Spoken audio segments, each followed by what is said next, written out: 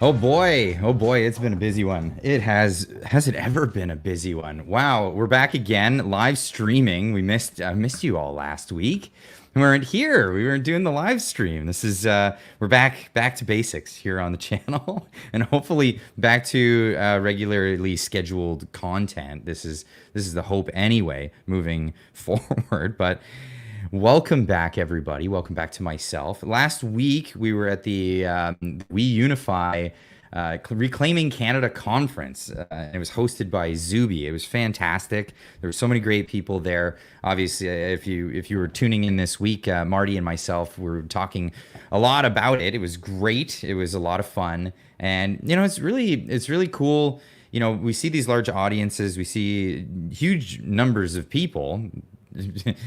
I'm not getting any feed on numbers of people at the moment for some reason on my notification center. But nonetheless, we have huge numbers of people that are tuning in all the time, and you kind of get lost in numbers, right? I'm doing this. I have a passion for a story. I'm going to say it. I'm going to say it to the microphone and the camera, and we're going to do this. And you forget how many people are actually out there watching and engaging with this. It's really amazing how this works. So yeah, when you get to go to a conference and you have hundreds of people in the room with you, it's a completely different feel than when you're in a chat room and there's hundreds of people in the chat room. I'm sure you get what I'm saying. And speaking of which, chat, come on in, get over here. There we go. Chat's booming. And I don't know why I'm not seeing any numbers. Oh, the numbers are popping up. There we go. Got it. We got a few hundred people in the chat right now, but not that many likes. Let's get those likes up. It really helps the channel a ton. It's free to do. It's easy. By giving a like on the video, what it does is it actually encourages the algorithm to share this out with more people. More people equals more. Well, it pushes the content out even further and further and further. And this is the idea: get more eyeballs on the fight for liberty. The more eyeballs we get, the more people we have fighting with us, and that's really the end game. The end goal here is to restore liberty, bring it back, and that's my mission anyway. Hopefully, you'll all love to join me in that mission. But we get those likes up, that really helps up the channel. So thank you so very much to every single one of you guys for that. Milady Loves Cats gifting 10 memberships to the channel. Wow, thank you so much. Really appreciate that. That's amazing. Everybody out there that got a membership, thank you. Milady Loves Cats. I'll never get over that name. That's just such a great name. But yeah, big thanks in the chat for Milady Loves Cats for gifting memberships. I hope the stream makes is good. I'm seeing buffering over on my end of things, but I'm gonna pause that and ignore that, because I know that the internet here, we're on Elon Musk's satellite internet, and sometimes the satellite will go over the horizon and we won't pick up a new one until it sees one out there. Let me know in the chat though, how is the streaming looking? Are we doing good? Because I want to make sure it's as seamless as possible. Later in the show, we have Bryce Wade joining from New World Precious Metals. So he'll be joining to talk about why get into precious metals. Why is this something that you might want to interest yourself into? He talks a lot about systems of governance and how we've got some pretty bad system of governance here in Canada. And if you want to protect your savings, you can definitely go out and do that. So joining the show a little bit later, about the hour mark, we're going to have Bryce Wade. He was also one of the speakers at the event. It was fantastic. It was great to watch him give his keynote, as well as all the other things. It was insane. Actually, on the Sunday, it was really funny because I had looked at an old schedule. So the schedule kept evolving as the event was getting closer. More speakers were being added. Some people couldn't make it. Lauren Chen, for example, couldn't make it. She had a family matter. It was unfortunate in her family, so she couldn't make it. But things got moved around a bit. And on this Sunday, I knew I was going to be in two panels. But in the afternoon, we went to the speakers briefing meeting, and Jonathan, who's running the show, he says, "Okay, David, you're going to be on first, and then Clyde, you're going to be on. You'll have about 20 minutes." And I was like, "Hold on, I'm speaking. I don't have anything prepared." "You'll be all right," he says. "Okay, okay." So I winged it. I winged it, and that was it was a lot of fun, actually. Great experience to get out there and try something new, just winging it and doing a thing. Nightcrawler's saying it's laggy. Hopefully not for too long. Hopefully it comes back up and we can get things going, because I am looking forward to this chat with Bryce later in the show, but as well as getting in here and talking about some of these stories that have been happening. Yeah, I have that paused. Okay, good. Let me know. Let me know. Is it good? Is it only the one guy that's saying it? Dude, you did great. Well, thank you. Thank you so much. What's that? 13 IGP. Oh, some of the names are hard. And dyslexia doesn't help. It doesn't help at all. Good here, Clyde. Okay, good. Okay, it's getting better. The connection's getting a little better. So one thing that I switched to doing is now I'm using StreamYard. I never used StreamYard before, but I'm using it so it keeps a constant connection. And that way, if my connection kind of lags, it'll at least keep the stream up, and it won't mess with the stream and telling people that it's over, that kind of thing. So that's how I'm gonna move forward with this, and hopefully we can get some better internet in pretty soon. Um, there's a bit of buffering. Yeah, there's a bit of buffering, but I think it should level out and it should be okay. It's lagging a little. Okay. Good here. Just a bit of video lag, but sounds good. Sound is good. Okay, good. I lowered a bit of some of the bit rate, and I lowered a bunch of stuff now, knowing that I'm in this temporary situation. For those that are tuning in and don't know the temporary situation that we're in, so we got evicted from our house. We were renting for almost 12 years, I think around 11 years, and we got evicted. Very, very short notice. It was.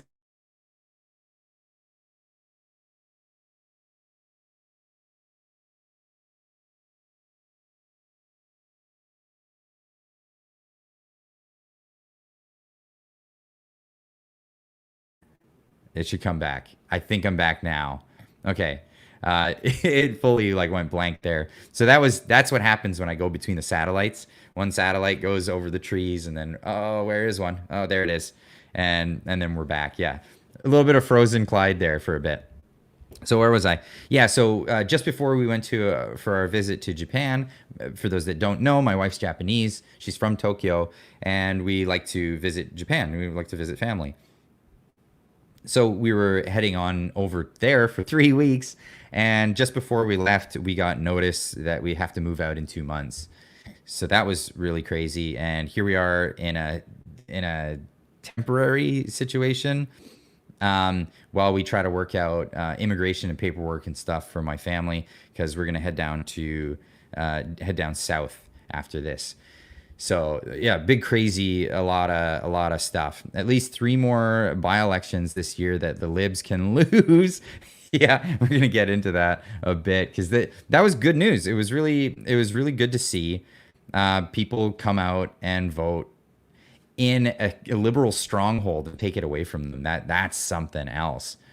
Clive will be back shortly, folks. Yes. Okay. So if it cuts out, it's again satellites over the trees, searching, gonna find a new one. We'll be right back there as well. So, how's Japan from fam dealing with the yen decline? Um, so yeah, if the yen goes down, it actually, well, what the family is doing fine. So when the yen goes down, um, yeah, some prices will tend to go up, but not sharply, anything like that. So yeah, nobody's really complaining much about that. It makes it easier for us when we want to travel there, though. That's for sure. When the end goes down, that happens.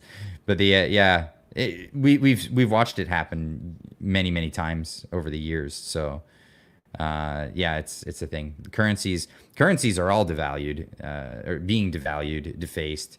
And this is why I'm going to have Bryce on later. He's going to talk a lot about that and how that's a definite thing. Even with the loss of Toronto St. Paul, the Liberals just do not understand how precious their situation really is. Or precarious. Sorry, precious. They're so precious. Yeah, they don't realize how precarious their situation is. They're out to lunch. They're absolutely out to lunch with this stuff. They're losing, and they're losing hard. And when the news media starts saying, like, when are you going to boot Justin Trudeau? That's when it's serious. And they're making excuses for this stuff. It really is crazy. What else is in the news these days? Blurry Clyde. Oh, yeah. My precious. Yeah, the internet's not going to be the greatest, but we'll still be able to continue with the stream, hopefully. And I have it on normal latency, so it's not trying to get to you as quickly as possible. I think there's about a 30-second delay from when you see the chat here and when you've given the chat, that kind of thing. Maybe someone can time that delay. That would be interesting. How the hell did you get evicted? We got evicted, just the landlord. The landlord said, I'm moving back in my house. Apparently that's all they have to do to give you only 2 months. Yeah, we'll see if that's what he actually was doing. Only time will tell. But at the end of the day, it doesn't matter where we got kicked out. And that's why you don't see the piano behind me and stuff. Because we had to get moving. But anyway, let's have a look over some of the stuff that's been happening this week. Where am I? I lost my marbles. Where are we at here? Let's get the chat out of here. So some things on Twitter. One thing I've been doing lately is showing a bit more of like what I do for a living. Just because, some people still don't know that I'm a mechanic. They watch the show all the time and then they hear that I'm a mechanic and they're like, what? No way. And I still do my job. I really like doing my job. I go to work and it keeps me grounded, doing this YouTube stuff and having, people praising you all the time. Like that's not healthy. You need to have a little bit of yang with the yin, you know what I mean? So go bust my knuckles on some cars and deal with real life. And that's definitely that's the way I like to do things. Nice little balance, everything. But yeah, just pointing it out today. Nothing ever comes apart this easy. I had a car that just everything just loosened off, a truck, and I should have bought a lottery ticket. I always forget on days like this. And Clyde's not even a real journalism. No. That's right. I'm not a real journalism.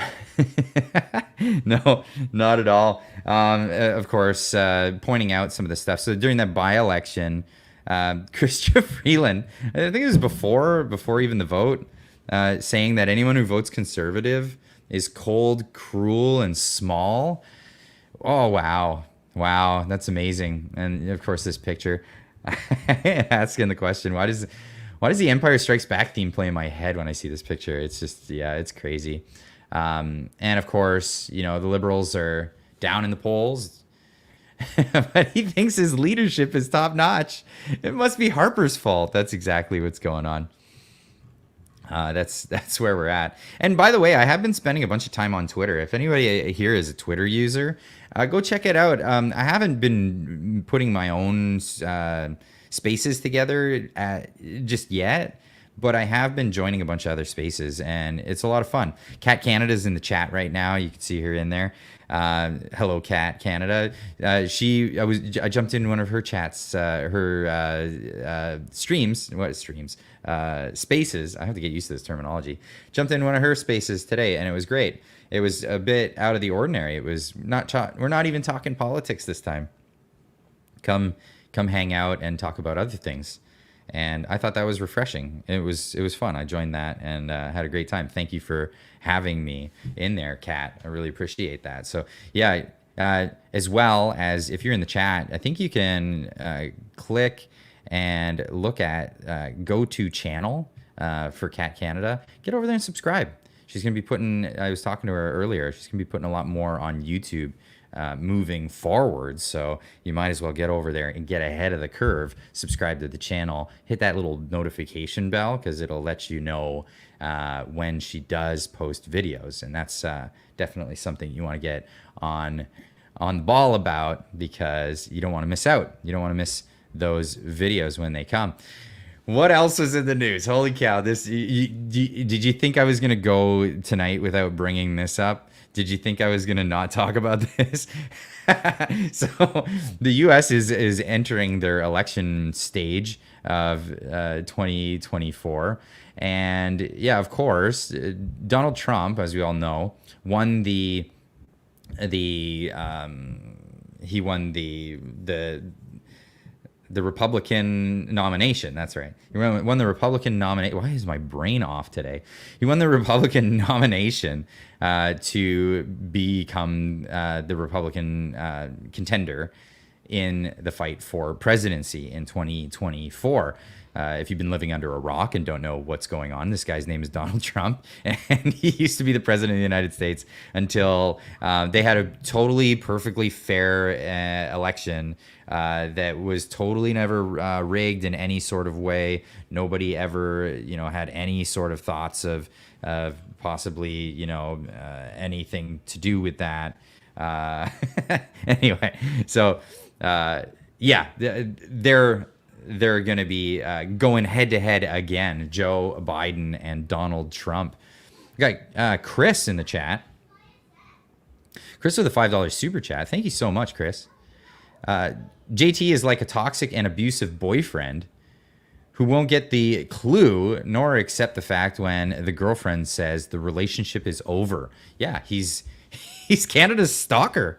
Oh, yeah, absolutely. Thank you for the super chat, Chris. I really appreciate that. But yeah, Justin Trudeau does not know when to quit. But have a look at this clip because it's so funny how reminiscent what's going on in America and what's going on in Canada is happening right now. And it might be like a cool like back-to-back year, 2 years, 2 elections. You might get back-to-back, Trump spanking Joe Biden, and then Pierre Poilievre spanking Justin Trudeau. We might see that. We might see that if Joe Biden doesn't resign from his position after the showing of this. And of course, if Justin Trudeau doesn't resign his position, because there's rumors that might be the case, that might actually happen. But let's have a look at this video because this is it's astonishing. Like, this is how he talks. He's so lost. He's so out to lunch. Oh, come on. Don't buffer on me. Don't buffer on me. I'm having a hard time here. Justin Trudeau, wacko. Yeah, he's a total... that's never going to go away, hey? You're welcome. Thank you, Chris. I really appreciate that. Are you really going to buffer on me? Come on, Russell Brand. You're not putting quality videos on? No, obviously it's not Russell Brand. It's Twitter. It's my internet. Sure that we're able to make every single solitary. Come on. I just wanted to show the clip. Oh, for my first time on Live. Oh, awesome. Mr. I'm going to mispronounce that for sure. Mr. Dreedify? Okay. Well, thanks. I really appreciate you joining. Thanks for coming on. Why is this video not working? This is crazy. Oh man, so many kinks in the whole thing. We've got Super Spreaders with a $5 super chat. Thank you so much, Super Spreaders, for the super chat. Do you think that Biden was trolled or trotted out in full dotard mode? What is that? Dotard mode by accident? No. Well, yeah, I think it was by accident. He's not he's not intentionally doing this. Eligible for what? Is it working now? Can I actually play the video? Holy cow. Listen to him. It's buffering again. What is going on here? It won't play. Well, that's disappointing. That's disappointing. Anyway, he totally he can't complete a sentence. He doesn't know where he's at. He absolutely has no clue where he's at. He's fully gone. Fully gone. Every time Trump was speaking, you could see just like a dead look on his face. He couldn't close his mouth. He was just mouth breathing the whole time. And then after the whole debate, it was sad to watch all the commentators that are supporters of him, like choking on their words, basically saying like he needs to step down. You got to get out of there. But what do you do? Are they going to run Kamala Harris? How do you pronounce it? Kamala Harris? Are they going to run her? No. Nobody's going to elect her. That's crazy. And they're even talking about bringing in Gavin Newsom. That is terrible. I'm sure he'll do a little bit better if they did bring him in, but he's not going to win against Donald Trump. Look at do you think Americans, now that they've seen what's going on, how bad the economy can get with these Democrats at the helm, if they see how bad it can get, do they think the guy who destroyed California, one of the largest economies, like forget one of the largest state economies, one of the largest economies in the world, and Gavin Newsom destroyed it. He's destroyed California to the point where people are like, forget it. I know the beaches are great, and the beaches, the mountains, the perfect weather all the time. They're like, forget it. We're moving to Texas or Florida or all these other places, these free states. Unbelievable. This is what they're resorting to. They just don't have they can't do it. It's really insane. What else do I have lined up here? This is I hope this plays. I really hope this plays. It's buffering. Oh, Twitter's just rough right now. It's just not doing it. It's not doing it, folks. How's the stream, by the way? If this is buffering this bad, how bad is the stream buffering? Because I really hope that's not gonna drag everything down with these videos. Oh, it's just so bad.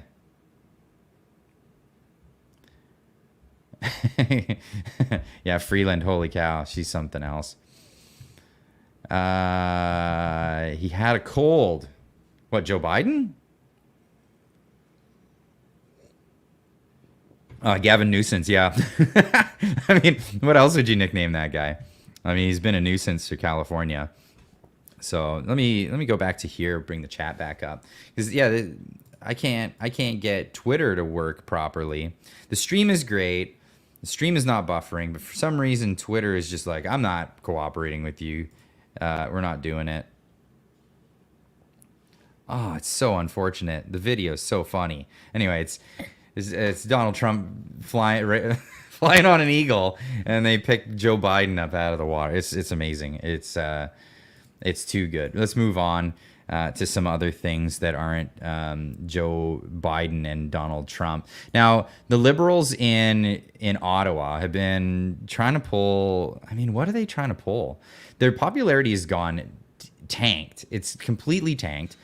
Everybody's starting to wake up to this whole thing. Like, I know there's a lot of people that they were excited about Justin Trudeau, and there's probably a lot of people in this chat room that voted for Justin Trudeau the first go around. And then, people woke up to his ways come the second election, and then, then he wants to lock everybody up in their homes and force vaccinate people, and people woke up a lot to that. And there was still a couple of people hanging on there somehow still liked him, and they're living in tents now. they're looking for something different. Clyde, there was the chicken lady saying there was a big meeting today with Obama and others. Kamala Harris isn't being considered at all. They're deciding who to run in his place. I think it's going to be Gavin Newsom. Like I said,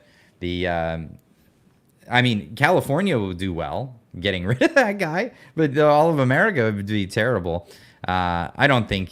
Yeah, Gavin Gruesome. Okay, I like that one. That one's pretty good. What he did, what he did to California has been pretty gruesome. Absolutely, it's terrible. It's terrible over there. But here in Canada, we have the Liberal Party. It's in the same sort of boat as the Democrats. This is why it's so interesting. This is a really interesting time to be alive, and especially with this, like, we're neighbors. We're neighbors. We're going to be having elections almost within a year of each other. And it's the same similar sort of deal. We both have this situation where we've got some leftard, like crazy, ideologically driven idiots in office, and they're essentially trying to destroy their own nations, respectively, Trudeau and Biden. If they're not trying to, well, they're definitely succeeding nonetheless. And it's you guys got all the different Gavin names. Yeah, Justin Castro. So yeah, here in Canada, we have a similar situation. People are waking up and they're not very happy about the Liberal Party. And the Liberal Party is trying their best to do anything to draw attention away from it. And you just go see them on social media. It's really sad. It's like it's getting to the point where it's actually sad now. And I'll share with you some of this stuff. This is from today. We just found the invitation for Pierre Poilievre's 20th anniversary soiree. What's a soiree anyway? Chat. Tell me the definition of a soiree. Why would you call it a soiree? What is that? Is that a thing? Is that a lefty thing? I have no idea. Anyway, it's going to be a pass for us. Oh, but okay. Aren't you on the not welcome list anyway? Pierre Poilievre's 20th anniversary soiree guest list: Alex Jones, Diaghilean, conspiracy theorists of all kinds, Freedom Convoy, grocery lobbyists, the American far right, the gun lobby. Like the gun lobby? What? You mean the CCFR? Like, is that what you're talking about? Okay, why wouldn't they be invited anyway? Anti-abortion caucus, because that's a thing. Anyone wearing a straight pride shirt, because that triggered them. That really made them, they hit their feels on that one. Not welcome. The woke mainstream media. That doesn't even sound funny. I mean, it sounds like, yeah, legit. Soiree means night out. Okay, well, now you learn something new every day. Soiree or party. Okay, there you go. Meaning night out. So that's actually what it is exactly. Super Spreaders with another super chat for $2. Thank you so much. Says, what headphones are those? These are Sennheiser 58X Jubilee headphones from Drop. From drop.com. Go check them out. It's a website for keyboard dorks and audiophiles. It's a thing. Go check it out. These ones come up every so often, and they're the most reasonably priced Sennheiser open back headphones you'll ever get. Because if you go to the store looking for this type of headphones, they're usually like a really, really high end price range. But if you get them from Drop, it's a drop shipping company, and it's like preferred rates. You got to be a member, and yeah, they're awesome. I know it sounds fancy, but once you've tried open back headphones, you'll never turn back. Like you can hear the room. Like it's like you're not even wearing them, which is amazing. And that's like I said, once you've tried it, then you don't want to be like, you feel claustrophobic after these when you're wearing like sound canceling and all of that stuff. But anyway, let's get back to this. I don't know how we got onto that, but Gavin Screwsome, I like that one. That one's good. So this is their little take at Pierre Poilievre. Meanwhile, Pierre is hitting back on social media saying, breaking, Trudeau's secretly working to dump incompetent finance minister Freeland after her disastrous budget and and bring in carbon tax Carney. And it says, what is it? Sign here to dump all the NDP liberals. But yeah, this is a story from, I guess, the Toronto Star from today, saying Mark Carney in talks with Trudeau about joining the team as finance minister, from the Toronto Star. Let's try to find that, actually. Let's get that article up. Unless they put it behind a paywall, because they do that. That's a thing that they do. Where's my thing? It's not giving me the copy paste. I need my copy pasta. Give me that. There we go. Check out this plugin. It's so great. Copy text. Oh, it went twice. So let's open this up. Google. Okay, so Trudeau, who wants to hang on, seem to be contemplating such a move, sources say. Okay, let's have a look at this article. It's getting desperate. They're really getting desperate. Get our free morning newsletter. No, don't want it. Don't want it. I only come here when I see headlines, ridiculous headlines. Liberal MP pens letter to caucus calling on Justin Trudeau to resign. We need new leadership. Did they retitle this? What? Okay, this is a different article, but yeah, this is from June 28th. So wow, holy cow. MP Wayne Long is hosting a conversation, that Prime Minister Trudeau had hoped to escape. No kidding. Okay, this is news to me.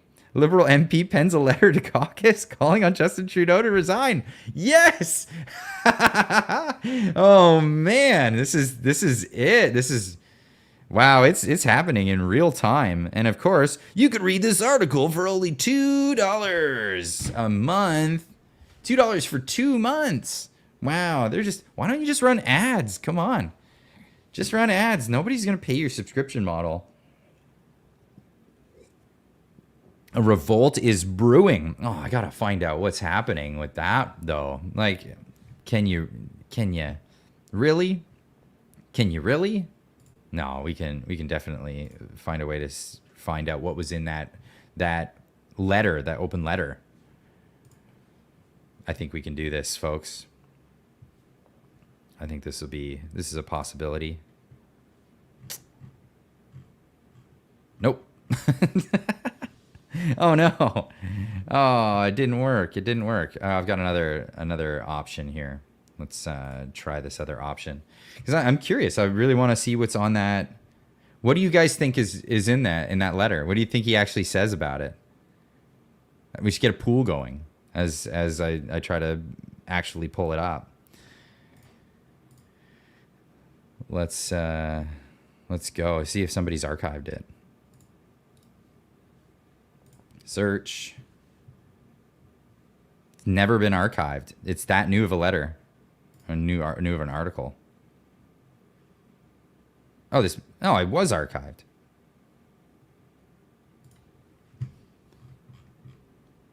Aha! La-da. Love this stuff. I love how the internet works. It's great. It's great. Justin too full of pride to resign. Yeah, he'll drag it out as long as possible. He's an arrogant. I don't know if I can say that on YouTube. Neither Biden nor Trudeau have the ears to hear what's in the wind. Absolutely. I can't agree with you guys more. You guys are totally on. It's on CBC. Okay, well I got Toronto Star. So I love pulling up the Toronto Star because they're super lefty. They're crazy leftoid. So when you hear bad news about the Liberals on the Toronto Star, you know it's true. You know it's true. Klaus is also a puppet. Yeah, he's a puppet for Xi. True enough, super spreaders. What did super spreaders say? Remember, we're in our version of we're in our version of Kamala Harris. If Trudeau steps down, we get Chrystia freeload. Yeah, we'll get the freeloader. That's why I was getting to that other article where it looked like to replace Freeloader with Mark Carney.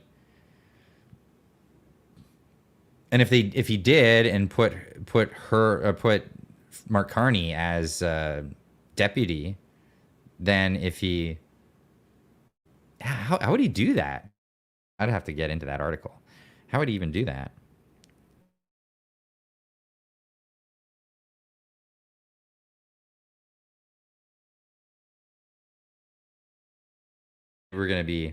Are we back? Are we back? I think we had a little of a hiccup there. That's fine. I think we're back. But yeah, I was saying, not only is Mark Carney ideologically driven like Justin Trudeau, he's smarter than Justin Trudeau. He'll be more effective at pulling this DEI stuff in Canada, no doubt. So that makes me nervous.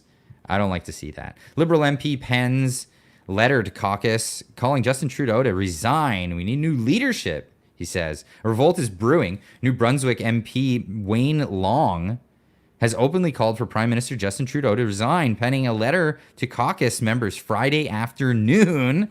The Star has learned. Oh, breaking news. Breaking news. This is great. Rising Dragon says, it's going to clash nationwide. Montreal is also boiling with the plant administration and the inaction. Steve Guilbeault get angry visits often. Oh, really? Good. Good. He deserves it. I mean, isn't he the guy who used to climb on people's roofs? Like, you can't turn around after doing that stuff and then say, like, it's really important that I kept my privacy. Yeah, no, get out of here, activist guy. Where are we at here? Colleagues, after reflecting on this week's defeat in Toronto, St. Paul's, and then seeing the response, I want you to know clearly and directly where I stand, he wrote. For the future of our party and the good of our country, we need new leadership and a new direction. The voters have spoken loud and clear. They want change. I agree. Well, you know what? Some of us we're just hoping your party goes away. Like, I think Trudeau's they destroyed the brand. If you really care about this, what's your name? Mr. Wayne Long, why don't you cross the floor? Why don't you resign from the Liberal Party, become an independent, and ask the other side if they'll take you? Or maybe they don't want you. Maybe that's the worry. Yeah, you're gonna be sorry, Mr. MP Wayne Long from New Brunswick. I'm guessing you're probably gonna lose your seat in the next election. I'm told more than a handful of MPs were ready to sign Long's letter. It was understood it would leak to the media. Well, that's what you do. Of course it was going to leak to the media and start a national conversation. But many MPs who feel the same way Long does weren't ready to put their necks on the line in such a public fashion because they're slimy little weasels. This is what they are. This is amazing. This is happening in real time. Ooh, boy. Ooh, boy. Is it Wayne Long or Wang Long? I don't know. That's Wayne Long. Oh, boy. No, I mean, he's not going to win the next election. A majority, if not the vast majority of caucus want to see the Prime Minister step down. An Ontario Liberal MP told me Friday. Whoa. Mutiny. Mutiny in Ottawa. Mutiny in the Liberal caucus. This is news. I'm glad I Googled that. It's amazing. We don't need Liberals crossing the floor. No, we don't. No, we don't. And you know what? There are some conservatives that could take a hike as well. That would be another thing. The reality here is, the people want their liberties back. And a lot of these politicians, they're not interested in that. They're not interested in that. They just want to play the cards, and they want to win the election. They want to stick around long enough that they get their payola pension, and they just want to hang on. They just want to do the thing.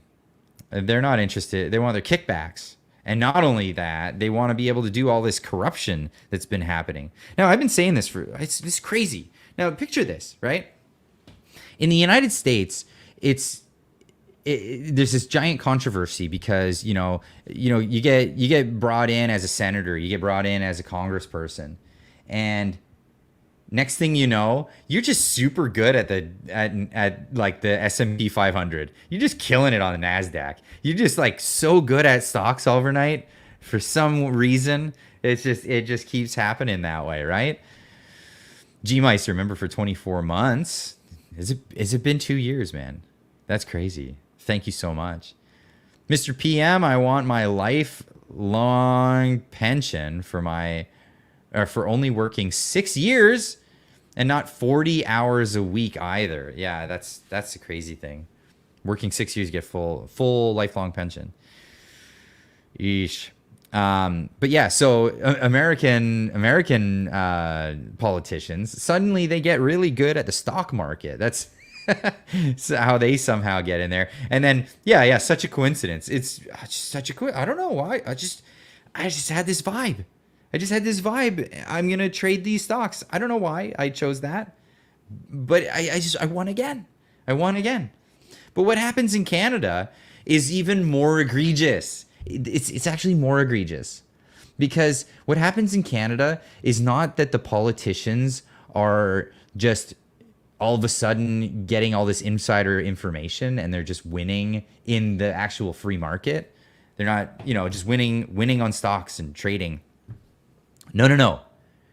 They're giving themselves contracts to their own little companies that they produce, and they're embezzling taxpayers' money all the time. It's not ending. It's never ending. It's crazy. It's absolutely insane that it's gotten this far, and nobody will do anything about it. Nobody is changing it.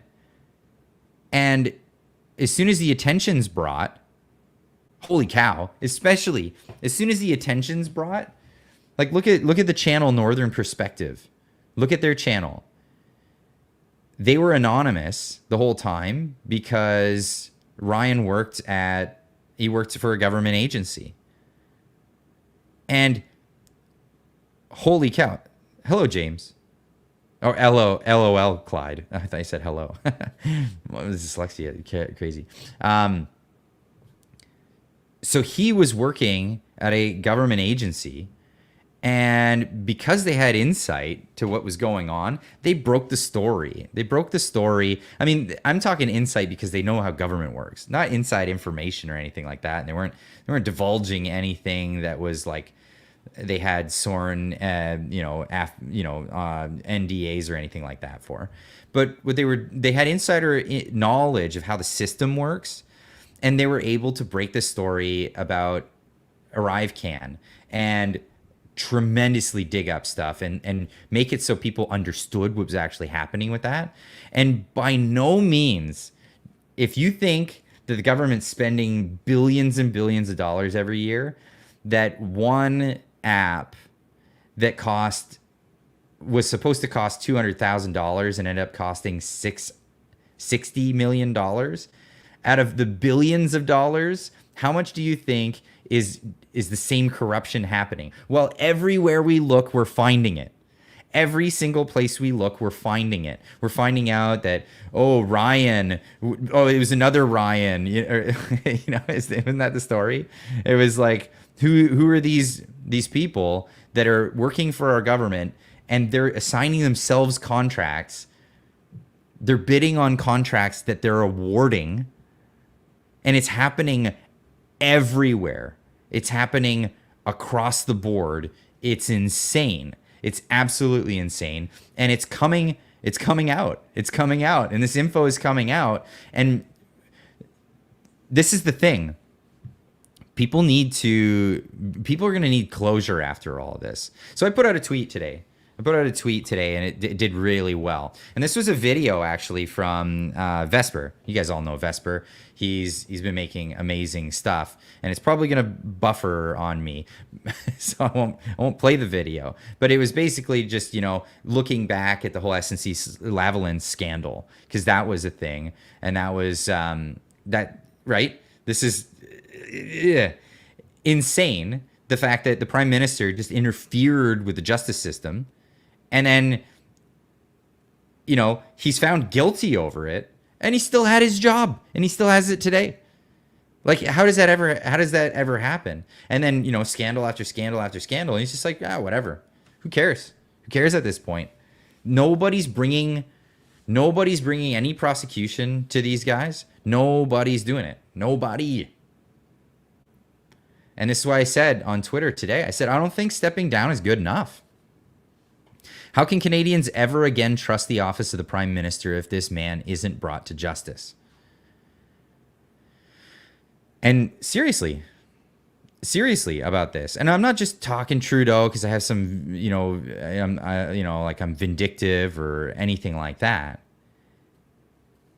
It was Randy, right? Randy. Who's the other Randy?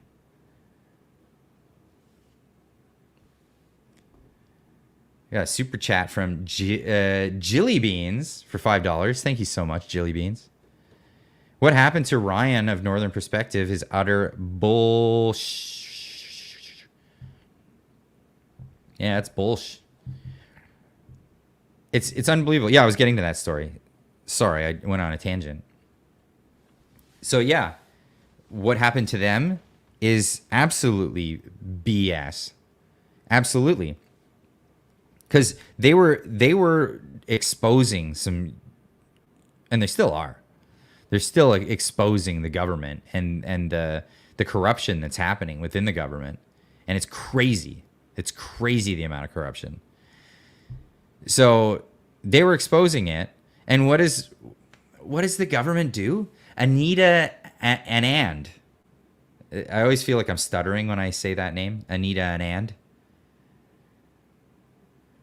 She put out a directive saying that everybody who works for the, these different offices or whatever needs to disclose any other, moonlighting gigs that they have, and they have to disclose the money. Northern Perspective, Ryan, the Treasury Board knew something. Someone was commenting on policy, and which people would not know. They were fishing for him. Yeah. So they put out this directive to tell everybody against their own interest. And I want to know more about this. I want to know more about this because it's really crazy to think that the government can come in because you work for them and say you have to disclose to us what you do in your own time, and if you make money doing that. Like, I don't care if it's waiting tables. None ya business. None ya. It's a big old none ya on that one. I had that the other day when we were looking for, rentals. And we pulled up the application form for a rental unit. And they asked for my social insurance number. And my wife's like, do we give it to them? And I said, no, that's a big old none ya. None your business. None your business. I'm not giving you my social insurance number. No. Nope. Not happening. So yeah, in this case, I don't understand by what authority they believe that they can do that. You should email Northern Perspective. I was talking to Ryan the other week. And they're very busy with their thing. I want to have them on, but I'm going to let them do it in their own time. So yeah, at some point I'll have them on again. Because I want to talk about this story. I think they're shying away from it a little bit because they have legal stuff going on. I'm sure that's the case. I believe he said he was talking to a lawyer, so I don't know any of the details. That stuff's going to come out. Rick Robitaille, thank you so much for joining in and becoming a member of the channel. I really appreciate that. Thank you.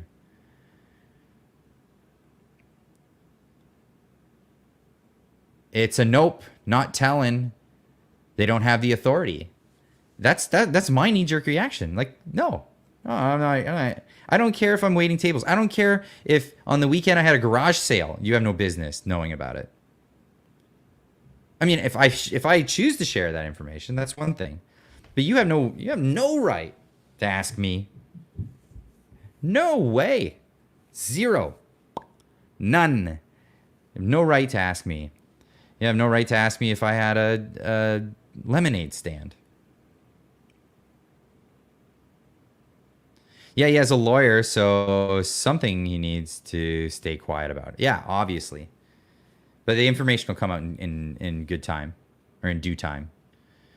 What happened to $10 daycare? Both Freeland and another MP said they're getting it to $10.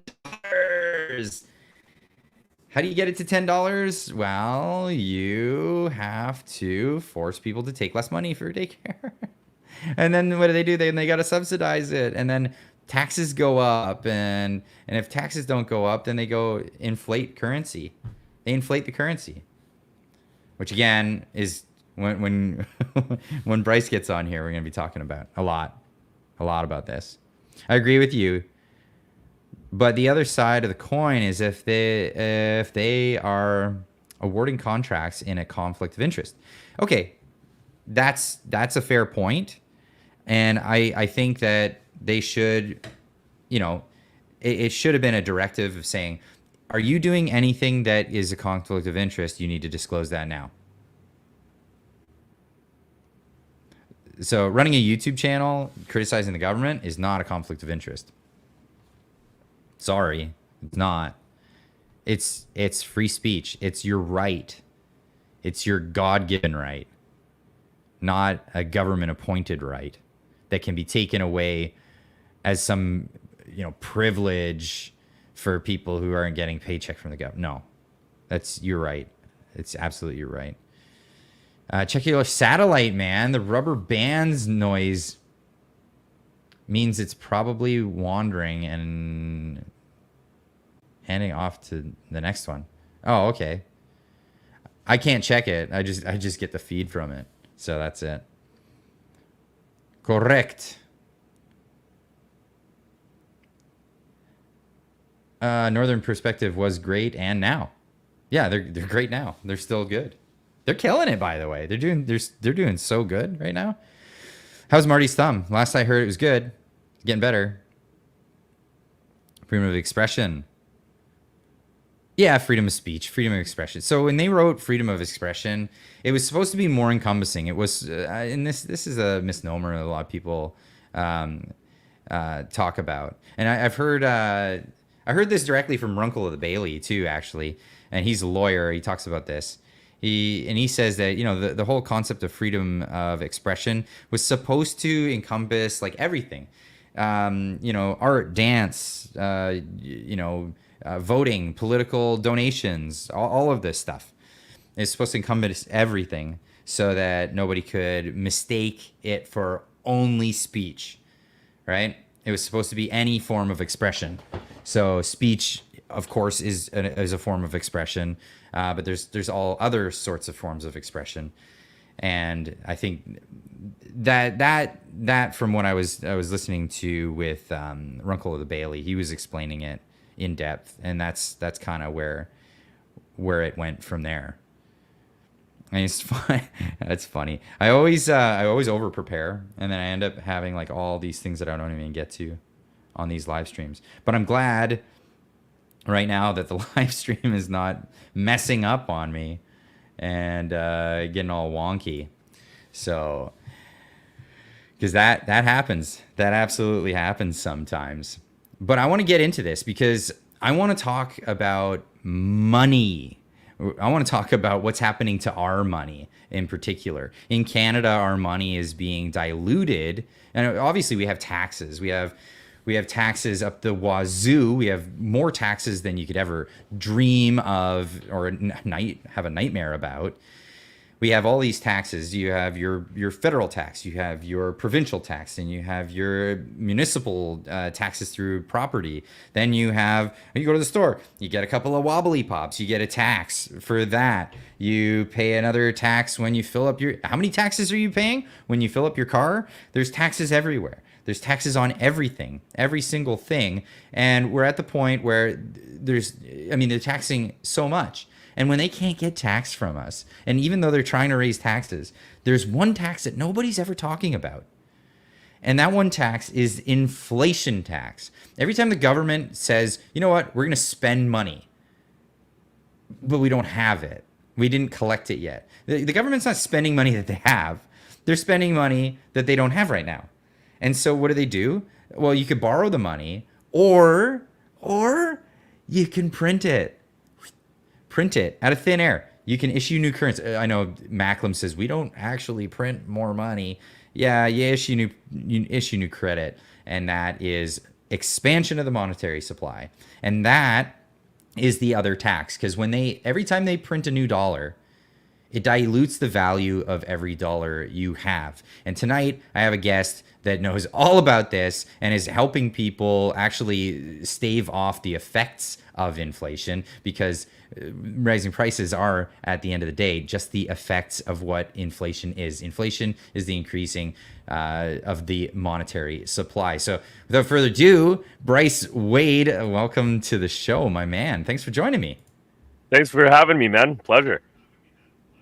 Yeah, and it was a pleasure actually meeting you in person. You look so small on the screen. You're actually ginormous. You're a big guy. Yeah, 6'4" plus ego. Plus ego. Fair enough. But yeah, thanks so much. And I brought you on because I wanted to talk about this. And I've been getting into this more and more on the channel, talking about finances. I have a bit of a history of being a total dork and reading economics books as like a pastime. I know, I'm such an interesting guy, right? And I got fascinated with the whole idea of the theory of money and credit brought about by Ludwig von Mises, the founder of the Austrian School of Economics. And it's huge that people just are unaware of how money works and how money even came to be in the first place. And so you're a representative for New World Precious Metals, and you've been helping people hedge that bet when the government comes in and spends your money right from out of your bank account. The number doesn't change, but your bank account's worth is different at the end of the day when they do this. So I don't know, just a backgrounder of what you do and explain a bit more of how this works. Sure. So I'll give you a little brief background on myself and how I got connected to gold and silver. So I've been into geopolitics and monetary policy and, the effects of these decisions on our society for, going on 30 years now. Because I realized very early on that, there's problems in society. Why is there a problem, and what can we do about it is the ultimate question, right? And what I ultimately came to the conclusion of is the system that we live in, which is the monetary system, is broken and corrupt, right? It doesn't work for all of us. And the reason being is kind of what you alluded to, is two things, which is debt, number one, and the second thing is the interest on that debt. And so a really good example of this, and I'll backtrack back to this, but you can look at this as the amount of money that we're spending to service the debt that we have is now more than what we spend on our military, now more than we spend on our healthcare, and it's now more than we collect in GST. So all of the money that we all pay in GST now barely covers the amount of debt servicing that we have to pay. That's not even the principal. That's just interest on the debt. That's just the interest alone. That's just that portion of it. Yeah. Now, famously, Justin Trudeau had an argument with the reporter only a few years ago, and the reporter asked exactly that. Like, how are we going to service this debt? How are future governments going to service this debt if you're adding so much to it? And his reply was, "We're at historic low interest rates, Glenn." Idiot. No onward look into the future, and it could get worse. Who knows? Interest rates could skyrocket even higher. And to compound that ridiculous nonsense that he said, Chrystia Freeland didn't print our debt that we printed over those years. She didn't print long-term debt. It's short-term debt. So the amount that we're paying now is actually going to go up because we have to refinance that debt because you didn't get a long-term debt. So this is kind of what I mean is that not only did you get debt, you're also paying an interest on that debt. And now the more that you pay on that debt, which is kind of what's happening in the US, because they pay almost $1 trillion in debt servicing. That's almost as much as they have paid for the military, which is the biggest on the planet in all of human history. And so this is the danger of printing money when you don't have a plan to reel it back. Like just think back in our lifetime, right? Because we're about the same age. When was the last time that we had a deficit? I mean a surplus. Oh, wasn't it in the Harper years? Didn't we have that? Yeah, sort of. So he did that in the last year of his tenure, and he moved a bunch of stuff around because it was an election year. But I don't even believe that was a true surplus. He's like, right, hey, right. Look, we just cut a whole bunch of stuff, and now we have a surplus. But so before that, right. So it's a surplus on the budget, but not a surplus on the actual like revenue that they have in the government. No, we've never had a surplus. We've always had debt, and it's been well, not in my lifetime. I don't know if it's been in my lifetime. When was that? Yeah, sorry, not a surplus for the overall balance for the overall if we have debt, but yeah, it was the budget itself. So Harper made essentially that last year a bunch of stuff moving around. Is like, oh look, now we have a surplus the last year. So his entire tenure basically was negative. It was a deficit spending the whole time. And up until Trudeau, he was the biggest spender of deficit that we've ever had. And so the last person that we had a surplus with was Paul Martin. So that was 9 years, I think, 8 years or 9 years before Harper. Wow. Yeah, and that's huge. That's huge. Like from what I understand, the public debt has just been accruing further and further and further, and there's no sight. There's nothing in sight that would indicate that this wealthy, rich country that has more resources than most in the world is ever gonna balance its books and then get back down to like we could have no debt one day. That is a possibility. But hey, the budget will balance itself, man. Oh man, I know. If I heard that enough times, it's just ludicrous. But that's the thing. Like for such a wealthy country, I mean, we could be the Saudi Arabia of the North. You know what I mean? Like it isn't unheard of that could be a possibility. But here we are, and because of the debts that governments are addicted to, we're printing new currency as a result of it. Like we're not actually taxing dollars and then taking those tax dollars and then allocating them to a thing. Like this whole idea of pork barrel spending is the idea that you have these dollars allocated to a thing, but they're not even dollars that we have right now. We've already got a debt and we haven't paid that off. We're in a deficit, and yet we're still borrowing new money to throw it away at all these different causes. It's unsustainable. It is, and that's kind of the point. So over the weekend, over the conference, and before I actually explain this, let me just finish kind of the intro because I never got back to it. So I got into gold and silver about 2 years ago because I've been looking at geopolitics and macroeconomics for years, and I know a lot about the world and how it works, but I never really had an opportunity to use that in the other things that I've done over my life. And so I got into this, number one, so I could help protect myself and help other people protect themselves from what's coming down the pipeline. And that's what I'll kind of get into now is where are we going and where did we come from, right? So let me give you just a brief overview of how the economy works in a very, very simplistic terms, right? So if you think of the economy as a whole, right, what is the basic unit of the economy? What is the smallest unit? The smallest unit is of an economy. the dollar, or what are you talking about? Are you talking about like the GDP or? No. So there's things that make up the economy, and the smallest unit of an economy is a transaction, right? So there's nothing happens. So a single, yeah. Yeah, like a single unit of the economy is a transaction. So that transaction could be any number of things. It could be $1 billion, or it could be I give you something, but it's still a transaction between people. So I'm giving you something that you want, or I'm selling you something that you want that I have, right? That's the transaction. So that's the basic unit of the economy. And so throughout history, there's really only been 4 ways that you can do that, right? So number one was a barter system. So you've got some grain, I've got some sheep. I'll give you some milk, you give me some bread. Something like that. That was what a barter system was. Mm-hmm. You've got resources, I've got resources. We try to make it equal, right? The second one was some sort of interchange or intermediary, which ultimately landed on gold. But this could have been bark or seashells or rocks or literally anything that we agree that I can take this and use it somewhere else to get resources that I need that you don't have, right? So there's intermediary because of the double coincidence of wants from the barter system. You have to trade with somebody who has the stuff that you want, or else there's no trade. It's not going to facilitate.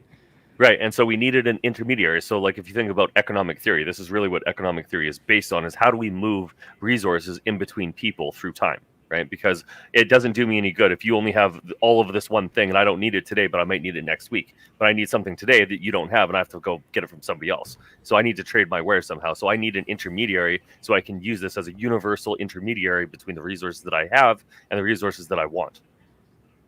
Mm-hmm. So far, so Money. good. Yeah, exactly. Yeah. And that's what we came up with. And so there's so if anybody's interested in this, there's a really great book called The Ascent of Money by Niall Ferguson. So Niall Ferguson, really great overview of how this process started and how it's advanced through time. So really good book to look into if you're interested in this. And so that was number 2. One book, I have another book recommendation for people out there. It's a really fun one.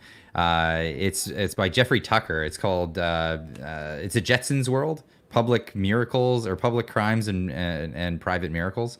And in the book, it's a bunch of short chapters, a bunch of really cool short chapters explaining how economies work. And one of the chapters is the economy of Halloween, and he describes how the kids go out for trick or treating, and then they come back, and then they look at the plunder that they've got, and then they start trading. And he explains it as if it's like the trading floor of the New York Stock Exchange, and how like things increase in value, and how a means of exchange, a medium of exchange, actually comes out of it, and why it became that. And it's such a fascinating read. It's another good book recommendation, incidentally. Anyway, continue. Yeah, and you can apply this theory to literally any type of resource. It could be water, it could be nuclear power. Literally anything follows the laws of supply and demand.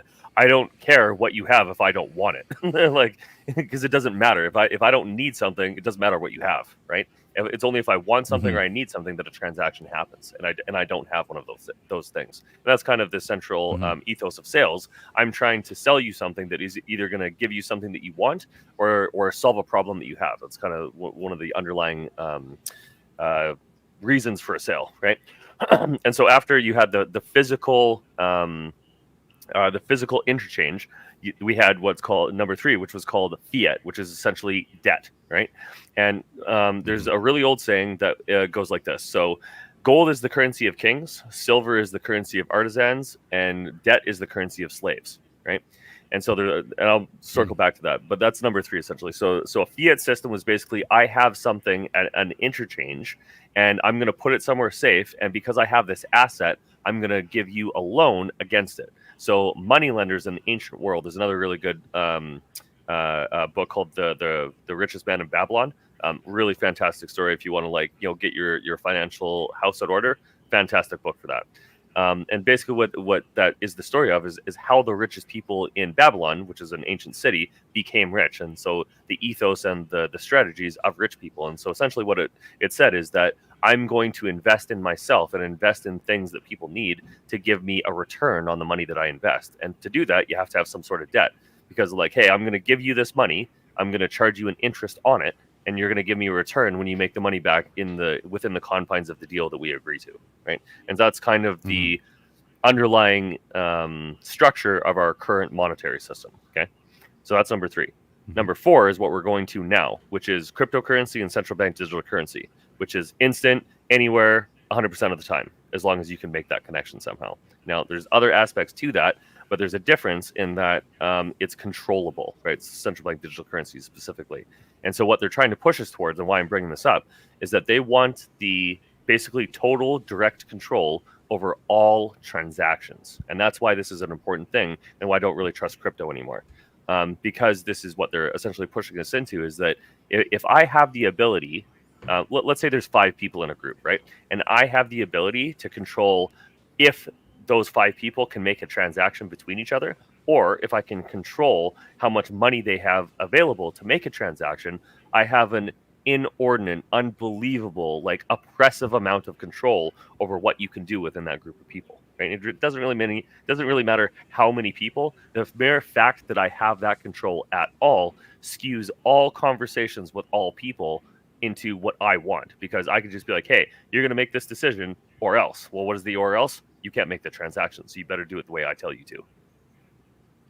Yes, well, people have likened it to the mark of the beast, with saying that, you won't be able to trade or exchange goods without this mark, and that's what has a lot of people scared. A lot of people scared with this whole digital central bank digital currency thing, and blockchain was the technology that came out of the free market, and people did it voluntarily with Bitcoin and Ethereum and all these other ones, and especially a bunch of other ones that people got scammed with.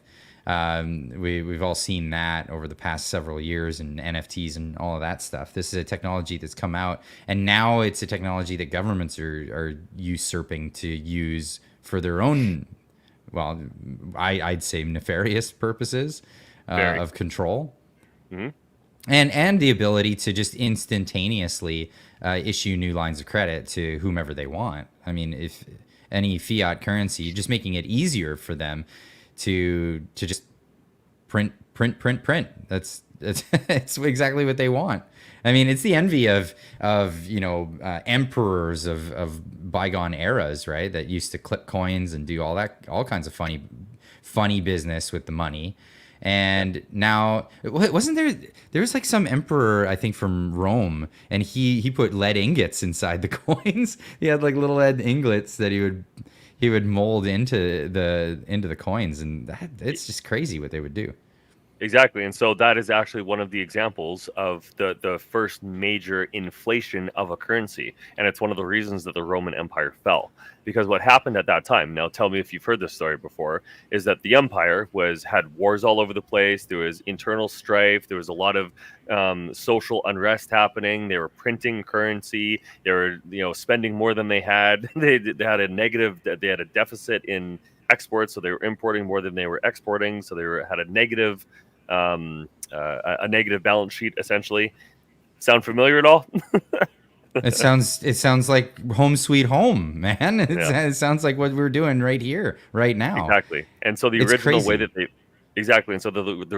way that they printed money was so they melted down some of the coins. And so the reason that they have the ribs on the edge of the coins is because they would shave off the edge of the coin into dust, melt that down into new coins, so that some of those coins wouldn't be whole coins. So if, let's say, back in the day, it was 1 gold coin and 2 silver coins for something, and I could just print an extra gold coin, where I've made a huge amount of money in ancient times, and if I can melt that down into something that looks pretty similar, but it's not the same, I get 2 for the price of 1, well, that's the original counterfeiting. And it has to be said that the only people that can counterfeit or print is the central bank. Otherwise, it's fraud and a felony. Well, yeah, it should be a fraud and a felony for the government to do it as well, because it is defrauding people. It is defrauding people, and I can't stress this enough, that inflation is a tax. It is absolutely a tax on the store of value that you have. And you're talking about why money came out and why it became a thing. And it's been a bunch of different things over the generations and over the millennia. At one point it was salt, because salt was not, it was a bit scarce. There were shells. Worth their weight in salt is where that thing came from. Exactly. And what makes a money is its store of value. The fact that it can store value, and then it's also potable, it's divisible. These are the Austrian definitions from Ludwig von Mises when he was explaining money and credit. It has to be something that can be easily divisible and easily stored and easily and hold its value over time. And what currency, this fiat currency that we're dealing with, that's backed by nothing. I mean, what backs the Canadian dollar? Just the literally the government's. nothing. Well, the government's assurance that they'll pay back their bonds and things like that. Like that's it. It's just a confidence game at this point. So there's Really? actually kind of an irony to that. So we had the gold-backed currency, right? Up until that in 1971, basically, when the U.S. dollar got off of that, all currencies were essentially pegged to the U.S. dollar, so they were all backed by gold. And when that went the way of the dodo bird in 1971, for 3 years there was significant amounts of inflation because they were printing more money than they had, and everybody was realizing, yo, this is backed by nothing. And they sent Henry Kissinger into Saudi Arabia and said, hey, you guys are going to make us a deal. We're going to give you all the weapons you want. We're going to protect you. We're going to be your good buddies. But for us, you're going to price all of your oil sales in U.S. dollars, and you're going to invest some of the excess profits that you make from this into U.S. Treasuries, which has essentially created the U.S. petrodollar. So the petrodollar that you've probably heard of, that's where that comes from. That ended on June 9th. Just ended, 2 weeks ago, 3 weeks ago. And what that means... what's the repercussions of that ending? Like, if that probably ends... hyperinflation. I mean, they could easily just status quo, just keep, kind of like when your lease ends and you go month to month with your landlord. You can just keep on going with how it goes, right? Or they can make a big change. And what would that look like? Well, I'm not 100% sure on this because we're kind of in uncharted territory for a variety of reasons. But one of the implications of this is that the reason the U.S. dollar was the world reserve currency for so long is because of the petrodollar. Because the whole world was industrializing after being obliterated in World War II. And if you wanted to advance your economy and you wanted energy, and you wanted it because you wanted to advance your economy, because it's far more efficient to have a truck driving than a horse pulling, right? And so to get that energy, they had to get U.S. dollars, which created this massive synthetic demand for U.S. dollars. So they could basically print unlimited amounts of money, more or less, into the market, and there would be an unlimited demand because they had to buy oil in U.S. dollars, and that's changing. And so the big risk of BRICS, like the whole BRICS nations, of which I think it was like 68 or 69 now or something, is it's that like Brazil, Russia, India, China. That's what the BRICS stands for, right? Yeah, S is South Africa, and so there's still problems in the alliance, but the whole idea behind it is that they can use currencies other than the U.S. dollar. And the SWIFT system, which is the U.S. banking system that was created out of Bretton Woods after the war, is the basically the facilitation of transactions between banks and companies. So if I'm in South America, as an example, I'm like, hey, I got to pay this guy $200 million, and they're in Washington or something. Well, how does that money from South Africa get to Washington, right? It goes into the bank, and then they make sure that, hey, your client has this money in their account. We're going to accept it, and that's what banking is moving money around the planet, right? And so there's fees for that, right? And so the central bank digital currencies, it basically completely removed that because it's all one currency and it's all in one place, which is the central banks. So really what this is the coup, if you will, of sovereignty over the currencies of sovereign nations. Because if the central banks own the currency, and that's literally what it is, central bank digital currency, then they have absolute control, authority, and responsibility of that currency, removing the nation state completely. Now, wouldn't it be a convenience though, like devil's advocate out here? Mm-hmm. Wouldn't it be a convenience for people to have instantaneous transactions, like of course, not have to go through? Like that would be amazing if that was something we could do. Yeah, here, let me show you this because it'll put this into perspective. I got a meme for that, or a visual for that. Where did I put it? It's this one. Is it this one? Yeah, here it is.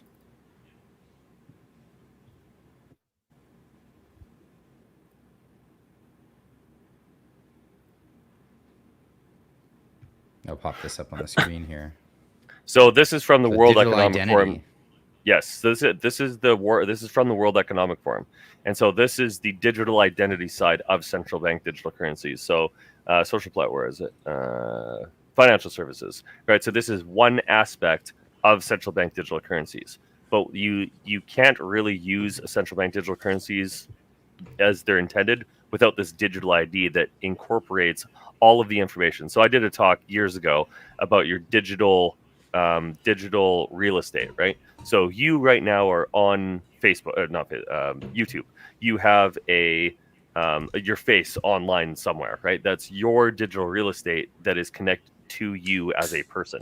But who controls Right. that data? And where is that data held? Do you have your own DNA somewhere on your person or in your house? No, it's kept in a database somewhere at a hospital, right? Yeah, no. But that data about you exists out there somewhere, right? And what this idea is amalgamating literally everything about you into one essentially barcode. So you're going to get a barcode on the side of your face basically that says this is you, and it'll be connected to your face and your fingerprint, and literally anything that you do ever in life will be connected to this number. And if the only way that you can do a transaction, that's why I said this earlier, is the transaction. If the only way that you can do a transaction is to use this digital identity, what if they just turn it off? What if they remove you from the system? What if they force you to not be able to do anything, right? This is why they want this power, is because they have ultimate and complete control over everything you do, everywhere you go, and everything that your future, essentially. Well, and here's the thing: like people will say, "Well, that's only for places like China. They wouldn't do that here."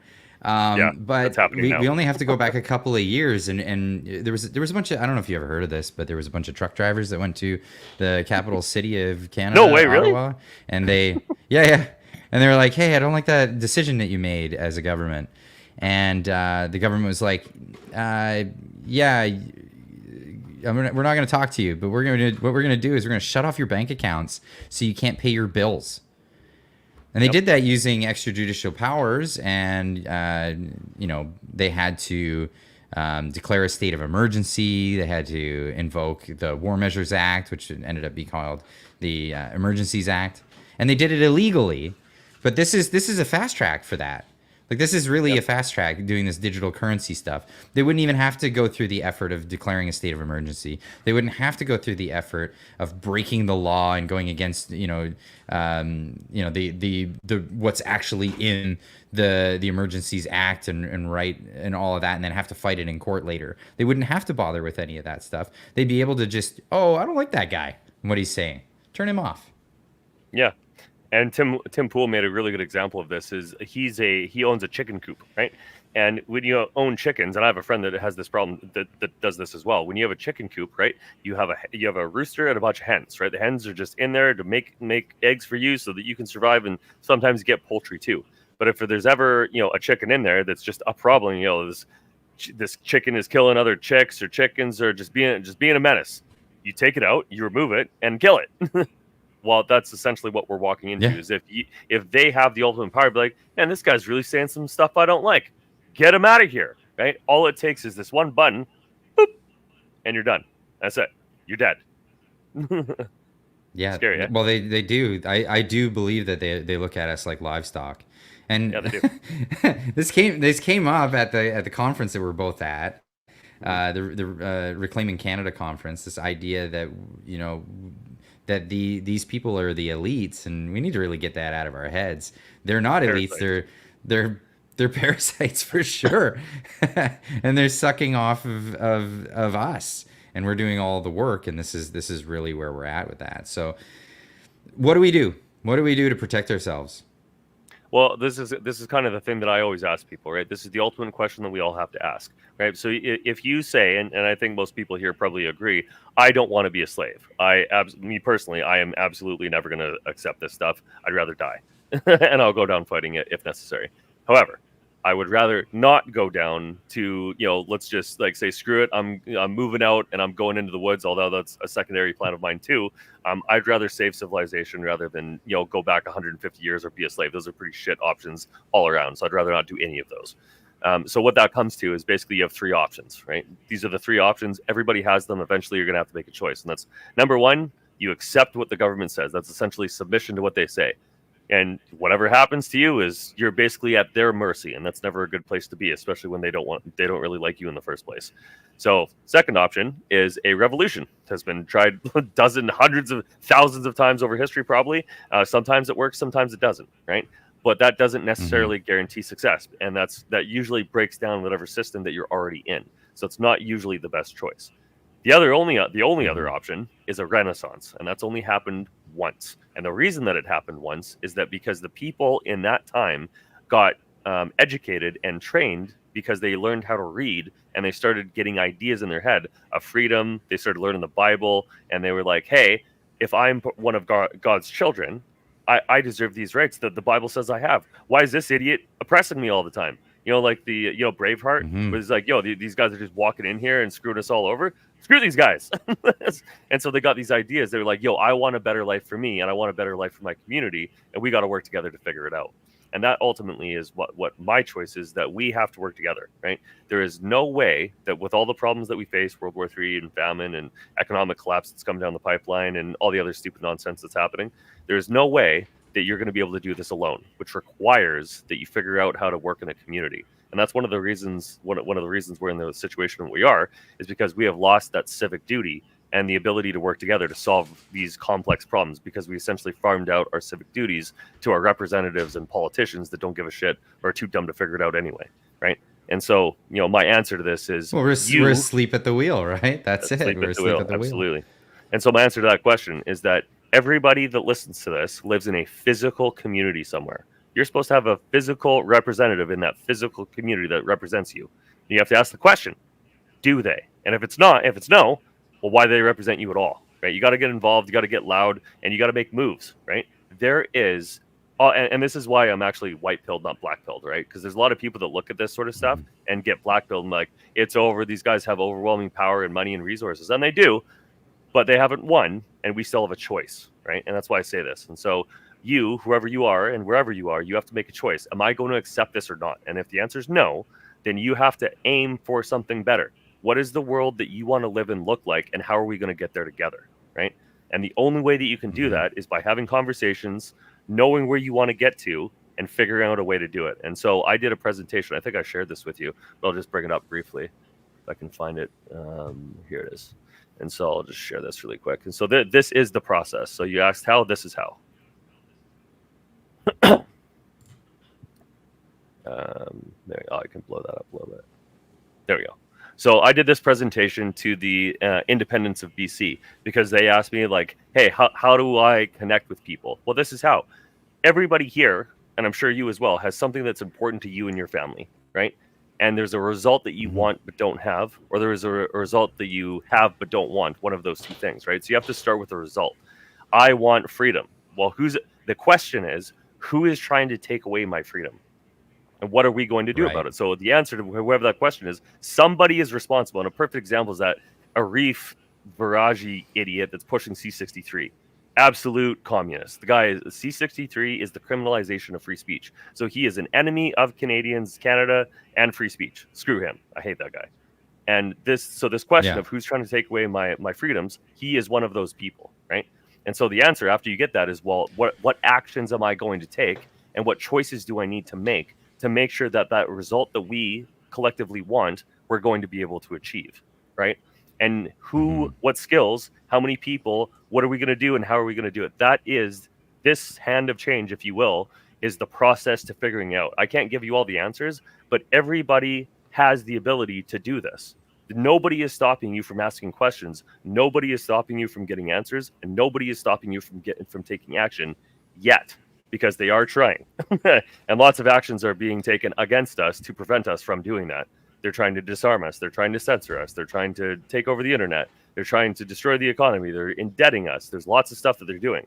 And you can't focus on everything all the time, but you can pick something, anything, that I can make a difference in, whatever is most important to you, and find other people that care about it too. And there's people in your physical community that are like, hey, you're saying some stuff that I like, let's do this together, right? But it always starts from a question of, why is this bullshit happening to me, and who's responsible for it? And what am I going to do to figure it out and fix it? Because you we're never going to be saved by people that want to destroy us. Which who does that leave? You and me. That's it. It's you and me, bro. That's it. Well, we need a team of people. We actually absolutely need to get together with individuals. I love going out and meeting people like in person. It's like, especially people who are viewers of the channel, people who are members of the community, that kind of thing, because then you get an instant feedback, but you also get like other people's stories of like where they came from and why they're fighting, and the reasons why they're fighting. I find it just so fascinating. And so yeah, I encourage people, go out and do little things, get little things, get the ball rolling. One of the things that I think is, it's not a uniquely Canadian thing, but it's always been something that Canadians have always been proud of, is that people can communicate with each other, just like walking down the street or whatever.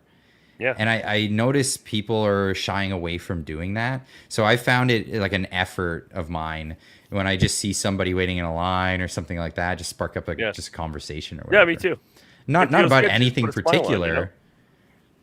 Yeah, and just say something. Like, it doesn't have to be anything in particular. Just like, oh yeah, the weather's great today. Something like that. Just like, but it put a pep in your step. You know what I mean? And then you feel more confident with the idea that there's community around you, and that you can just access that community, and you can just talk with people. It is really that easy. And yeah, you might have the odd jerk that's just like, yeah, whatever, man, I'm ordering my coffee, whatever. But totally. I've never experienced it. I've never experienced that, actually. Yeah, most people are nice. Like, Canadians are, we take pride in being polite, kind, generous, collaborative, right? And the idiots ruling us are none of those things, right? And to give you an example of what you were talking about, I was in a small town in the middle of Alberta. I was on a trip, right? And so this town was like 100 people. I was just driving through, I was grabbing gas. And this guy from Quebec drove up and was getting gas. He's just standing there, we're just like pumping gas. He's like, hey, yeah, this Justin Trudeau guy is no good, eh? I love it. Yeah, and we just stood there for like 10 minutes, like just roasting Trudeau. And he was from the other side of the country. We just like one word, all it takes. You make a connection with somebody. I'll never see that guy again. But I have that amazing story. I'm like, man, we both hate Trudeau the same way. That was great. Oh, I bet he's got a similar story that he's telling all his Quebec friends. It's hilarious. Yeah. That's great. So what are you doing to help people as well financially in this whole thing? Because you're with New World Precious Metals, and you've been helping people to basically hedge their bets against what the government's doing to our money and our savings. In turn, they're basically robbing our savings, is what they're doing every time that they give to $20 million to some foreign country to run a propaganda ad for their local warlord. This is all on our dime, and it's coming right out of your savings account when they're printing new money to do this. Yeah. So let me just give a little bit of a background, and I'll get into that. So you think back to ancient times for a second, okay? So all of the gold in all of human history is basically, that we've mined ever in human history, is basically still here. There's very little demand for gold industrially. There is a little bit, but not a lot. And so there's probably about 10% of the production of gold goes into industrial. So 90% of what we mine is essentially a hard asset that's used for monetary purposes. Silver is about 50%. There's a huge demand for silver because it's such a good conductor and a variety of other things. But gold specifically has always been a monetary metal. There's really not a lot of stuff other than jewelry that really gets used for it for all of ancient human times, right?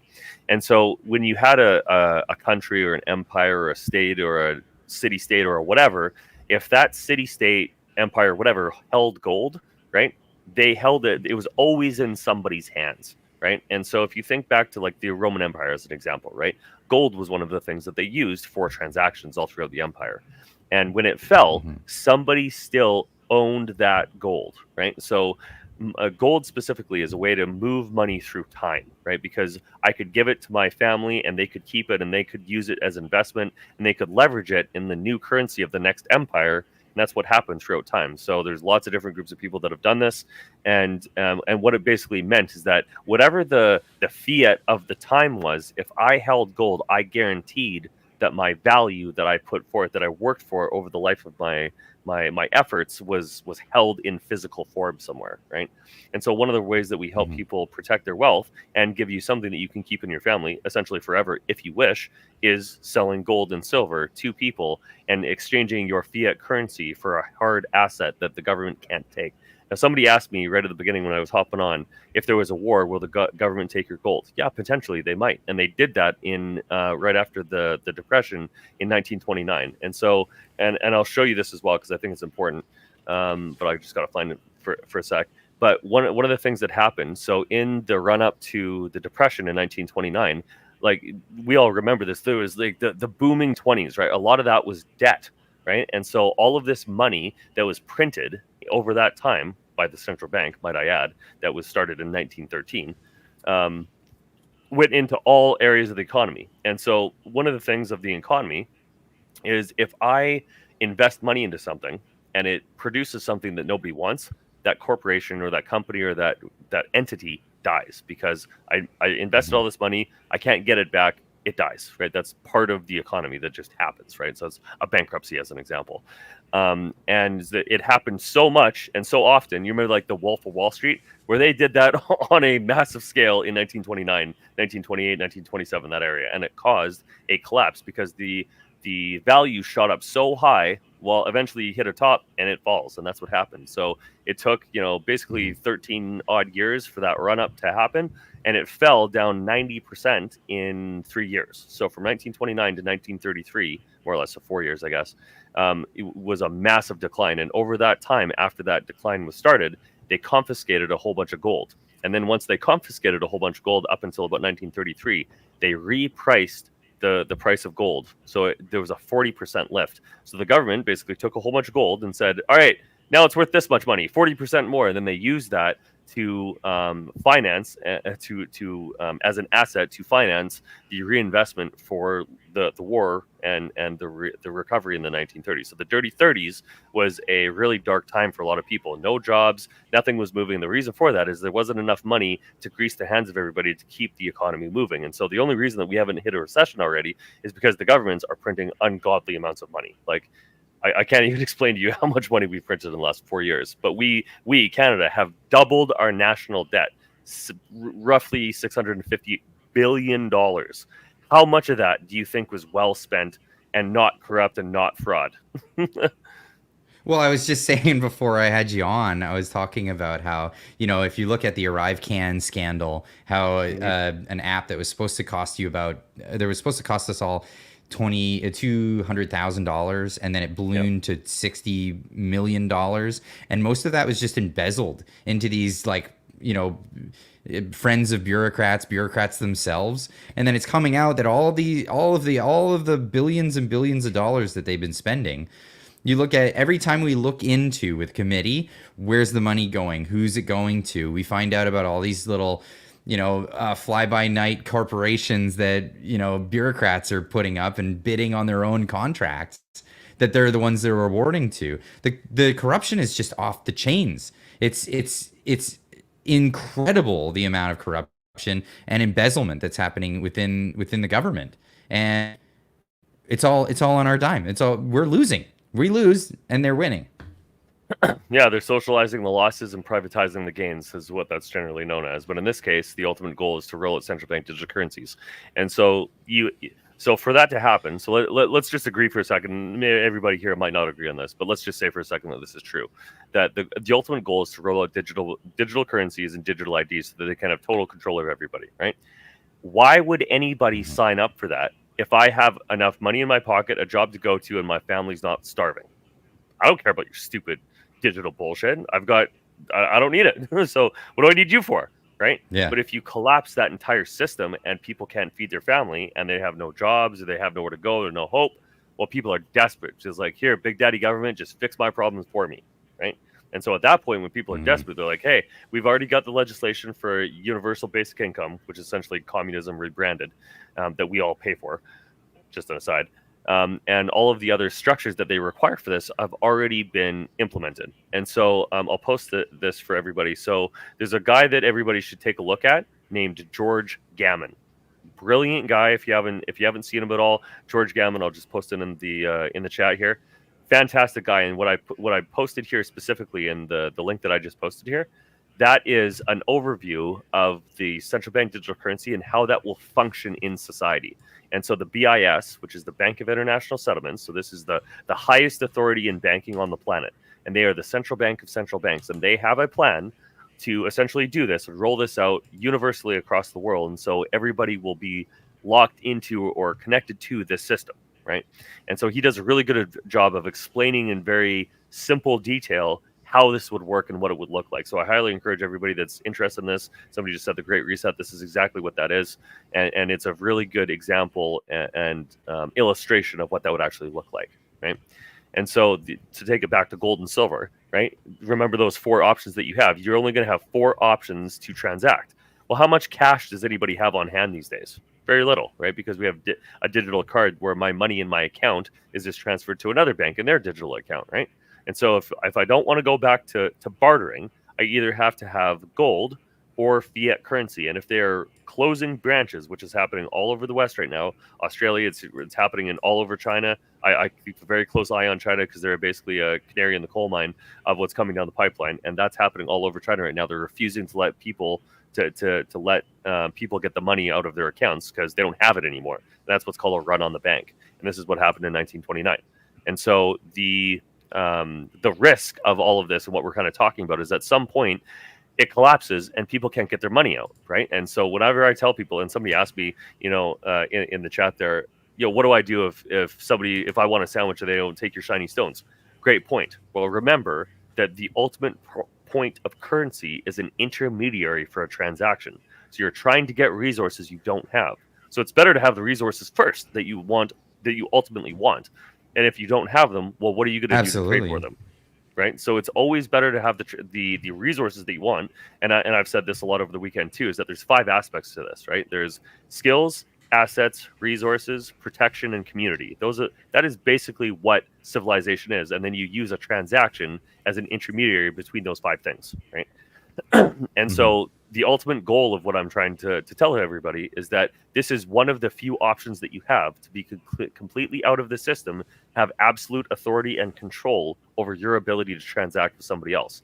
And ultimately, the reason that I don't like cryptocurrencies that much is because whatever cryptocurrency you choose, you have to have 2 things. One, the ability to transact with somebody else, which means they have to have the capacity to do so, and the internet. And to a greater degree, electricity. So if you don't have those 2 things, you can't use cryptocurrency as a transaction, right? And so gold is physical. If I'm standing here and you're standing in front of me and you have the resources and I don't, if I have a gold coin or a silver coin or whatever, at least that's an intermediary or a possible intermediary between what you have and I don't, right? So in a grid down scenario, if you will, you still have something that is potentially valuable that you can trade for with what you want but don't have.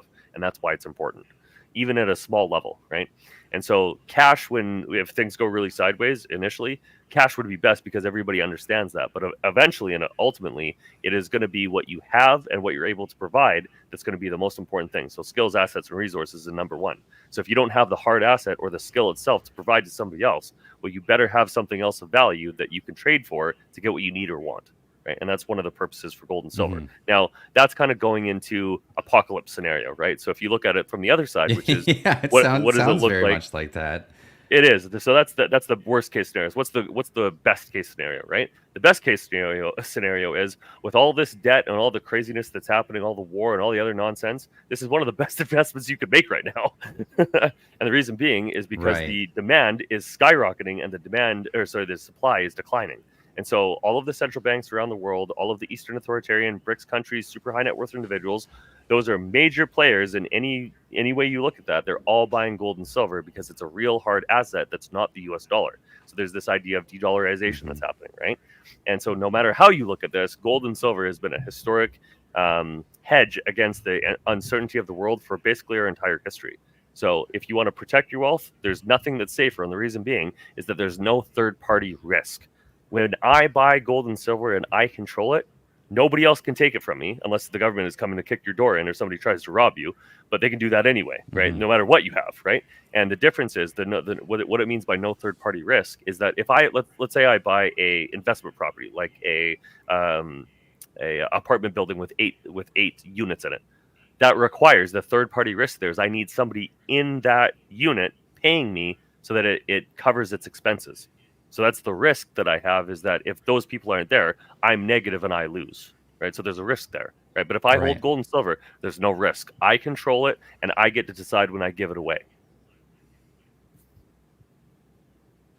Understood. Yeah, it's the whole idea of storing your value is really what interests me, because everybody's got a little nest egg and everybody's got a little bit of a savings.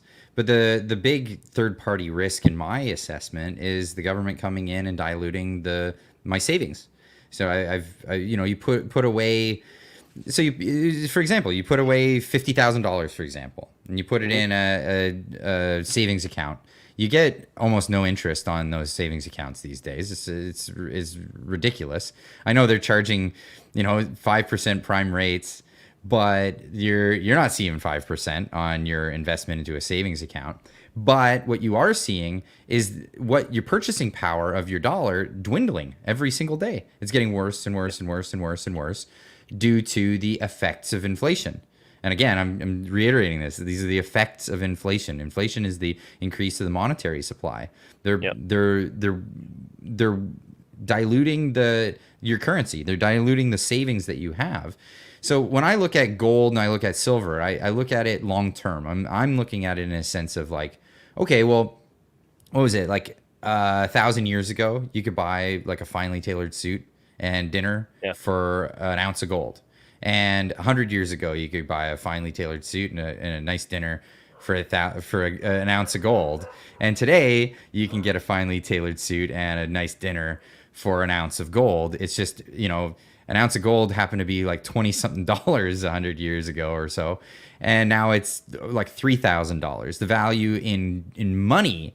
So the money is less valuable now. It's not the other way around. It's not that the gold is, in fact, astronomically growing in value. It's holding its store of value like it has done for eons, for as long as we've had working economies with money. Essentially, that's kind of what I'm getting at, and that's my understanding of it. Yeah, absolutely, and that is a very visceral example of how that works. So if you average out the value of gold over time, and say like the last 100 odd years, that it's gained about 7% of value over that time. The reason for that is the value of the US dollar and all of the currencies it is valued in has gone down. Your purchasing power has gone down from inflation, because we've always been in an inflationary environment because of how our monetary system works. Because you got to remember, right?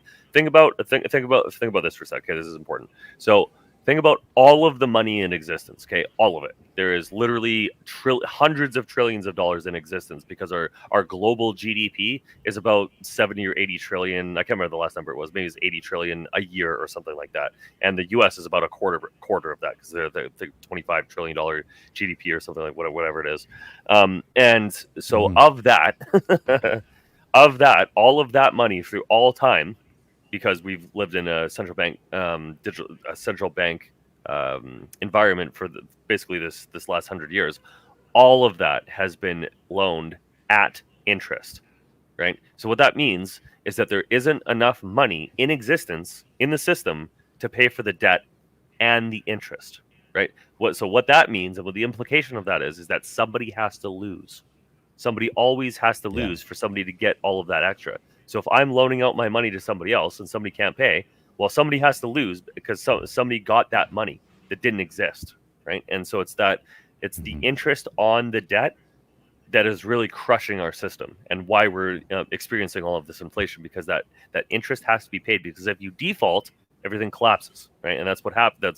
It's happened lots of times throughout history, hundreds and hundreds of times throughout history. Is that, hey, I can't pay my debts anymore, and the country or the nation state or the whatever collapses, right? And that's what happened to Rome.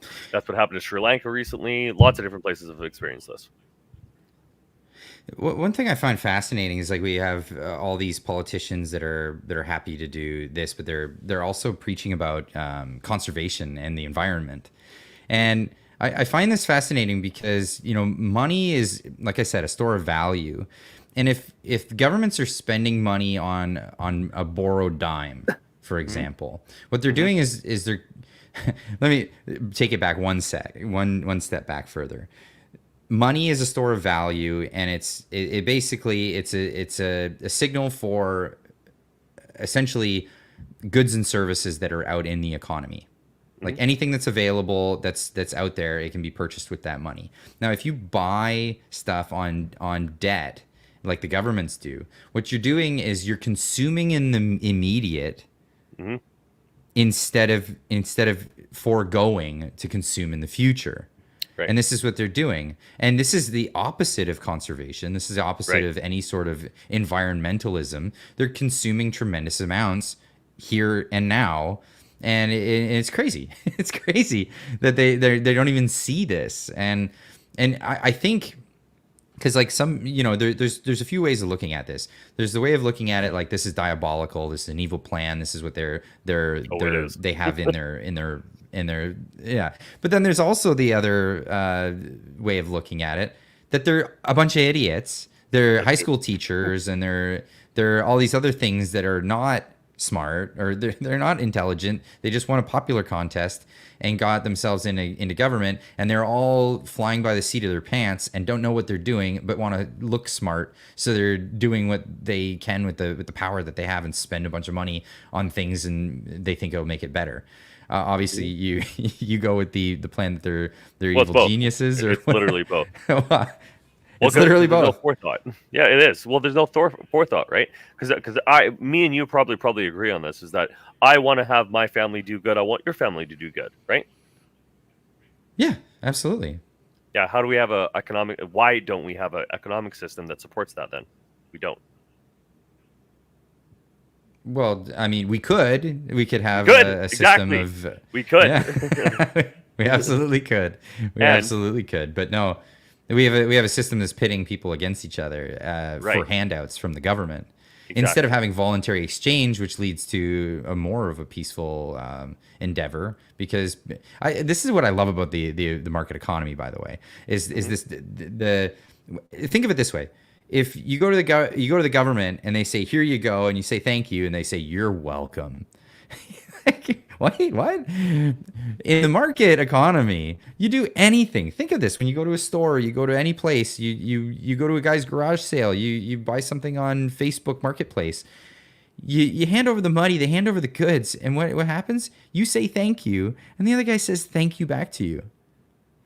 Yeah. There's an equal exchange that occurs there. People aren't getting ripped off.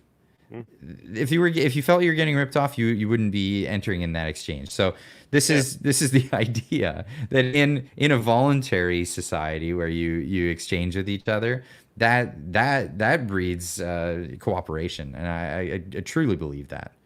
Yeah, I agree, and I like to use the example of the U.S. The United States of America is a really good example of this. Because at the dawn of the U.S., when the dawn of the U.S. dollar, and this is something I highly recommend everybody look into, of how this could potentially work to fix this problem. So they were part of, like, the 13 colonies were part of the British Empire, and they were like, "Hey, you're going to tax us 2% on tea? Get out of here!" They're like, "We're not having this anymore. Revolution on 2%." Right now, we're getting taxed at like 40% or something ridiculous. But anyway.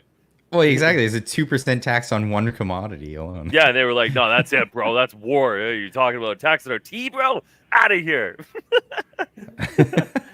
But anyway, so they basically said, like, "Hey, screw these guys. We're done." And so they made the Declaration of Independence, and they fought a war about it. They fought a war of independence, right? But how are they going to fix their remove themselves from the British system of economics and currency, right? So they figured it out. Be like, "All right, we need our own currency. We don't want to use these guys anymore." And that process is what started that question, is what started the answer to get to the action that gave them the result of the U.S. greenback. And what made the greenback different is that they didn't have a central bank, right? That is the difference. And so the U.S. basically created the I can't remember the name of it, the General Bank, not the Central Bank. I can't remember the name of the bank that they created. It doesn't matter anyway. They created a bank, basically, but it was controlled by the government. It was actually government controlled. It was under the authority of Congress, and it was managed by the Congress, the literal, the people's house. That's what the Congress was. And they were there to manage the money of the country, right? And they removed that in 1913 under the... can't remember the act. I can't remember the act that did that, but they created the central bank and the IRS in the same act in 1913. So I'm sure somebody will look it up. but when they created that, they basically gave away the ability to create and print money and the monetary policy over to what is essentially a private entity that controls monetary policy instead of the sovereign state control, right? And so of the people, by the people, for the people, right? That's what it was supposed to be, and it was up until that point. Right. And so what this means basically is that we could do it again. we don't have to live with this garbage system that they created for us. It's just that nobody knows all this stuff, sort of stuff. We need another Andrew Jackson. He was the one who single-handedly, didn't he fight off like 4 attempts for a central bank? And he was known for shooting people. Yeah. We could use another Andrew Jackson in this day and age. Totally. Or a Jesus Christ throwing the moneylenders out the temple. That was, I mean, yeah, I always go down in history, you know, of heroes that did that stuff. Now, before we go too long, I want to get into New World Precious Metals and how you're helping people. Oh, sure. And to save, you know, now we're getting down to the nitty gritty, because it's like, well, how do you, what's the logistics of this? If you want to get into gold and silver, how can you do this? Why go with New World Precious Metals instead of some companies are going to say you bonds or something like that? Sure. So I'll start by saying, so New World Precious Metals is a brokerage. And so what that means basically is we have access to buy things at wholesale and give people a better deal than you can get retail. So I live in Vancouver. That's the background behind me here. And there's Vancouver Bullion Exchange. So if you walk down there, you can just go in there and be like, hey, I want to buy some gold. They'll sell you some gold. But they have some requirements on that. So anything over, I think, $3,000, pardon me, you have to give a bunch of information. So we don't require as much information. We just need your name, phone number, email address, and address, and we can just deliver it to your door. So that's one of the things that we can do as a broker, and so we have the ability to save people a little bit of money in that way. So gold specifically, the margins are razor thin. They're pretty much universal. You won't find too much of a better deal. You may be able to save like 1 or 2%, but we can really save people more on silver because there's more premiums on silver. And so just to explain to everybody, well, it's what the hassle of like trying to figure out how to go out and buy bullion. I mean, you specialize in that, and you that's your service you're providing for people. Exactly. We'll walk you through it. We can explain a whole bunch of stuff. We've got a couple other things too. But if you just want some like training, or it's like, hey, how does this work, or what this is, we do seminars and like online sessions to help people learn about this sort of stuff. If you're interested in that, we can do that too. But we hold people's hands, basically. That's what you want a broker for. And usually brokers are for like high net worth individuals. Typically, like, hey, I want to put $1 million here, and I want to move, you know, stuff like that. But we work with anybody. Our minimum is $5,000. So if you want to spend more than $5,000, you can talk to us. Less than $5,000, honestly, it's just kind of not worth our time because the margins are so thin. But that's fine. We'll still help anybody and direct you to somebody if that's helpful. So we're happy to do that. Secondly, and the way that I explain it to people is like put these 3 things that I'm going to tell you on a spectrum of control on one side and in the system on the other, right? So really, it kind of depends on what you're trying to accomplish and what you're trying to do. So let's say that somebody was like, hey, I've got a bunch of stuff in RSPs and I just want to protect my wealth. I don't really trust the banks. I don't want to have my money in the bank in cash because I'm losing purchasing power, right? So I'm like, okay, cool. We can help you with protecting your RSPs and your retirement. Pardon me.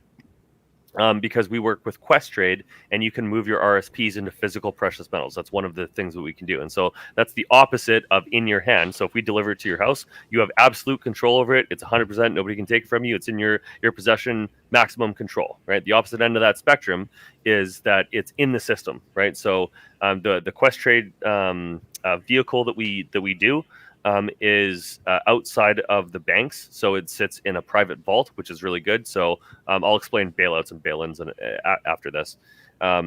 But that still protects your wealth. Now, you lose a bit of money on that because there's premiums that you got to pay. So if you put in, let's say, $100,000, you probably get about $90,000, $95,000, something like that in actual metal because of the premiums, depending on what you buy. Because that's how the industry makes money, is that we have to sell above spot. So typically you pay anywhere from between about 10 to 15, 20%. Depending on what you're buying as a premium above spot price. And spot price is the daily price that you see on the ticker all the time. And so one of the benefits to this is it's physical precious metals.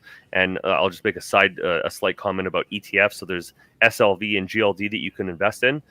those are not actual physical precious metals, but they're supposed to be backed up by physical precious metals, but they're sold at about a 400-to-1 ratio. So for every ounce of gold or silver in those indexes that is backing up that index, there's 400 ounces, 399 ounces roughly of paper that are floating out there. And so when the music stops, a lot of people are going to lose money on that. So I wouldn't really recommend that, but I'm not a financial planner. I'm just telling you what I see. I wouldn't trust it. And there's a lot of evidence and there's a lot of articles that are coming out recently about the COMEX, which is the commodity exchange in the US, that are draining those ETFs. So all of the people that have those essentially continuous contracts, which is what those ETFs are, they're taking delivery of their metal because they don't trust it anymore. So not really a recommendation that I would make. So if you're going to invest in precious metals at all, you want to invest in the very bottom of the market, which is the miners, or you want to invest in the precious metals itself, which is the bullion, which is the opposite end. So you want to be at the very bottom or the very top. Anything in the middle and like anything that's non-physical is a risk. And that's what I meant about that third-party risk. And you still have that if you're going into mining, but at least you're producing the actual asset itself. Okay. Now, especially when gold is supposed to be a hedge itself. I mean, yeah. The idea is to hedge yourself against risks in this transaction. And obviously, it's not your whole portfolio, but you'd put a portion of your savings into this hedge against inflation. You wouldn't want to also be risking that with whatever other financial tools that are out there. Yeah, like high level asset managers, they have restrictions on what they're allowed to do. So we're going to be working with some financial institutions, and the reason they want to work with us is because they have a maximum amount of money that they can put towards their client. They have a maximum amount of their client's money that they can put towards certain things. So let's say I get like $1 million from a client as an asset manager. I can't put all of that $1 million into one thing. That's too much risk. So I have to chop it up into a bunch of different things, right?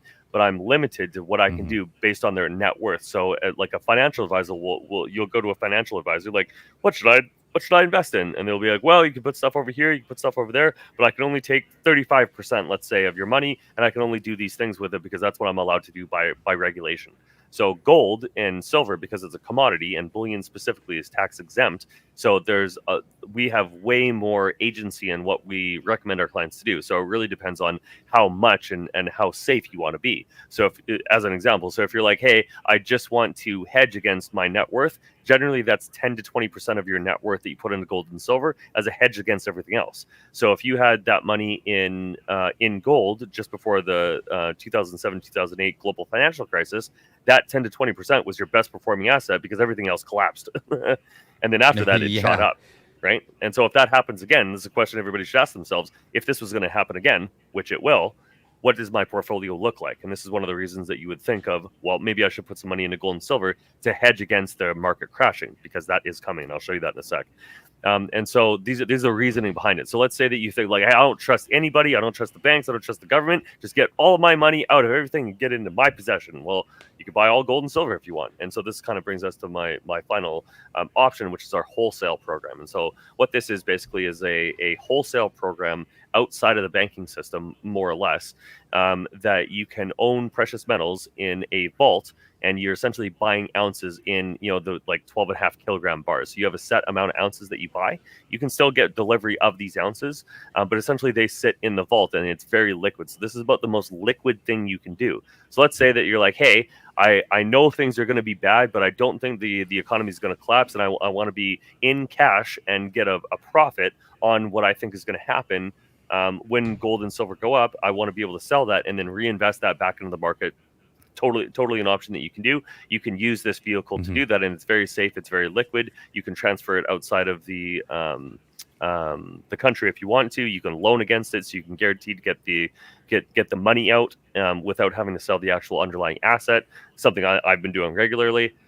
You can borrow against your holdings to get additional metal if you want. So it's a very unique system. That's kind of one of the things that sets us personally apart, is that we have this ability and access to this through a company called Precious Metals International.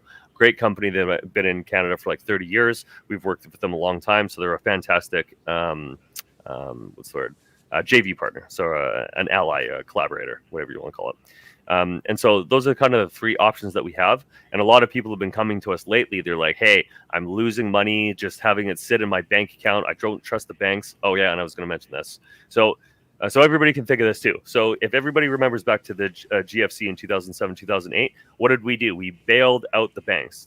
Do you remember what bailout is? Yeah. Yeah. So everybody that doesn't know, bailout. So like think of this as the bank. So the bank is insolvent basically. They're like, oh no, we need money. Where's all of our money? We lost all of our money because we're idiots.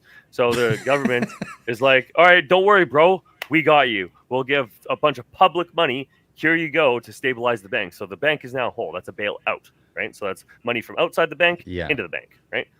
Now, this is a bail-in, and this is a lot more dangerous and a lot more bad for everybody involved. So so a bail-in is the opposite of that. So bail-in basically means same starting process. They screwed up and they lost a bunch of money and now they're insolvent. Basically what happened to SVB last year that had a trigger. So they didn't de-risk their position. They were stupid with their money, and the bond prices that screwed them over, they basically had to sell bonds to make the money back, and they had huge losses that they couldn't afford, collapsed the bank. Okay.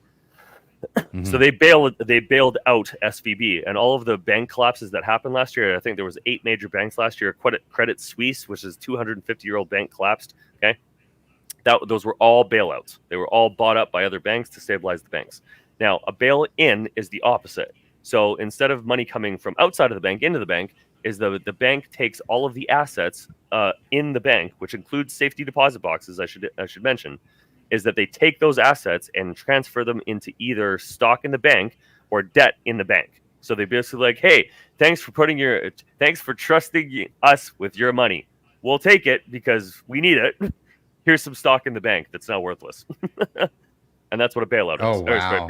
Bail in. And we have that legislation already on the books that happened in 2015 and 2019. So it's another type of soft default, essentially. They're defaulting on their depositors by instead giving them a worthless piece of paper IOU that's a stock in their business that's no longer viable. That's terrible. That's terrible. So that's another risk that people are concerned about. And it is.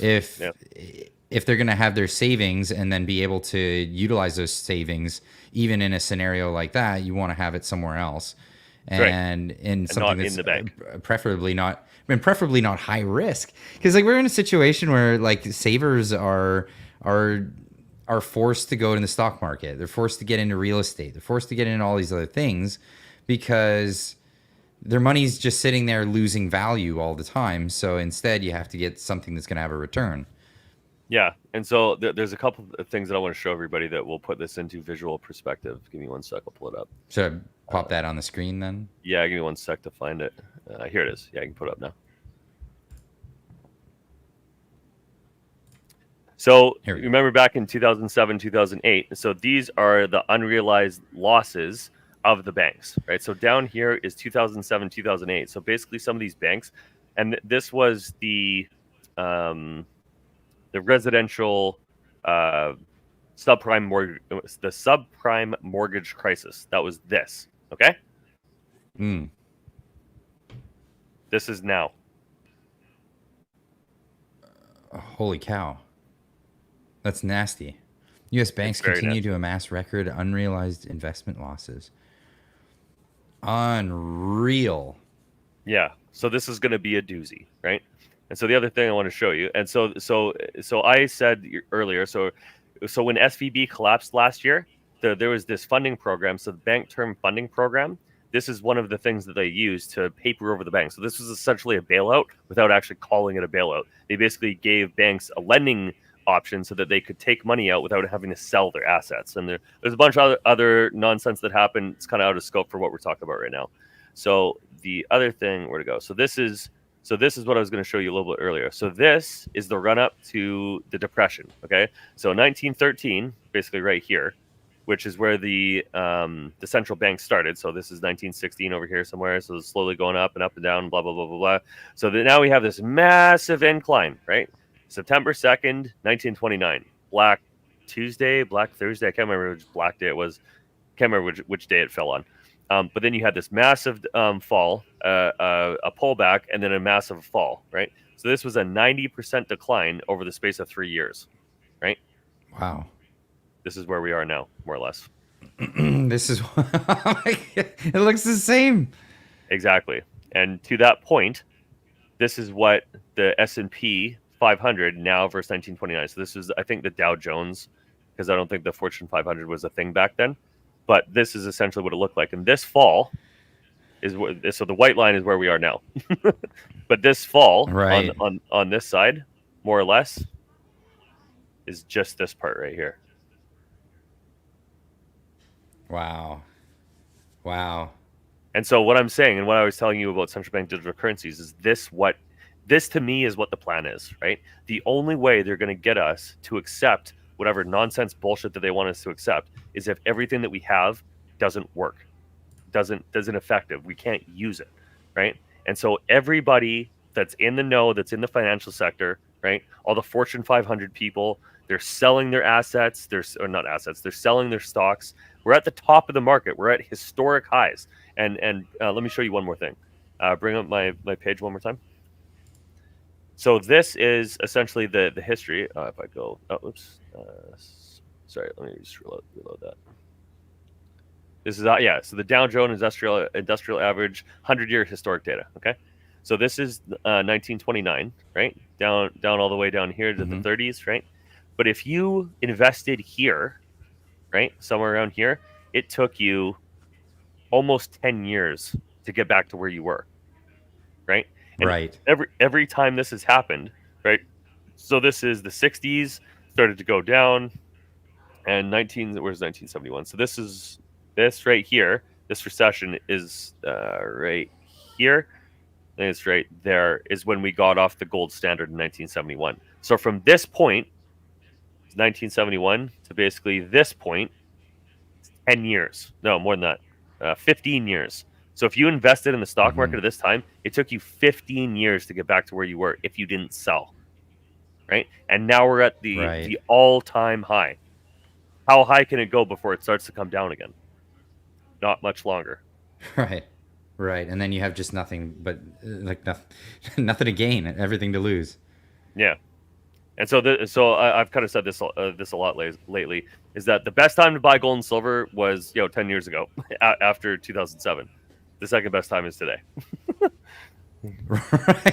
Right, because you want to hedge what's possibly coming. And like the question though too is like, are you really taking any risk even if doom and gloom doesn't take place? If the economy recovers and you're doing good, what's the harm in owning gold? Yeah. The worst case scenario is you have it and you can sell it later. It's going to go up in value by average about 7% a year. That's a pretty good return to not do literally anything and have literally no risk. I wanted to ask one question. If you sell your gold, do you have to pay capital gains on it like you would for any other asset? Yes, you do. It depends. So like Chrystia Freeland's ridiculous, like 66% communism that she's putting forward. That would still apply. And this kind of goes back to my original point. Why do we have to accept this absolute garbage nonsense? They doubled our debt. They gave us ridiculous inflation, and they're like, hey, we at the same time that you guys have to pay more money, we're going to give ourselves a raise. How are these people still in power, bro? Yeah. It's so stupid. Well, exactly. but it is a capital gains on money that you pull out above two. There's a dog in my room. Go on, get out of here. That's over $200,000. Anything over that that you would pull out. I don't think anybody in the audience is pulling out like $200,000 plus. Hey, can you do me a favor and pull up like Brando's comment? Earnings. 845. Brando's comment. Here, let me pull this up. 845.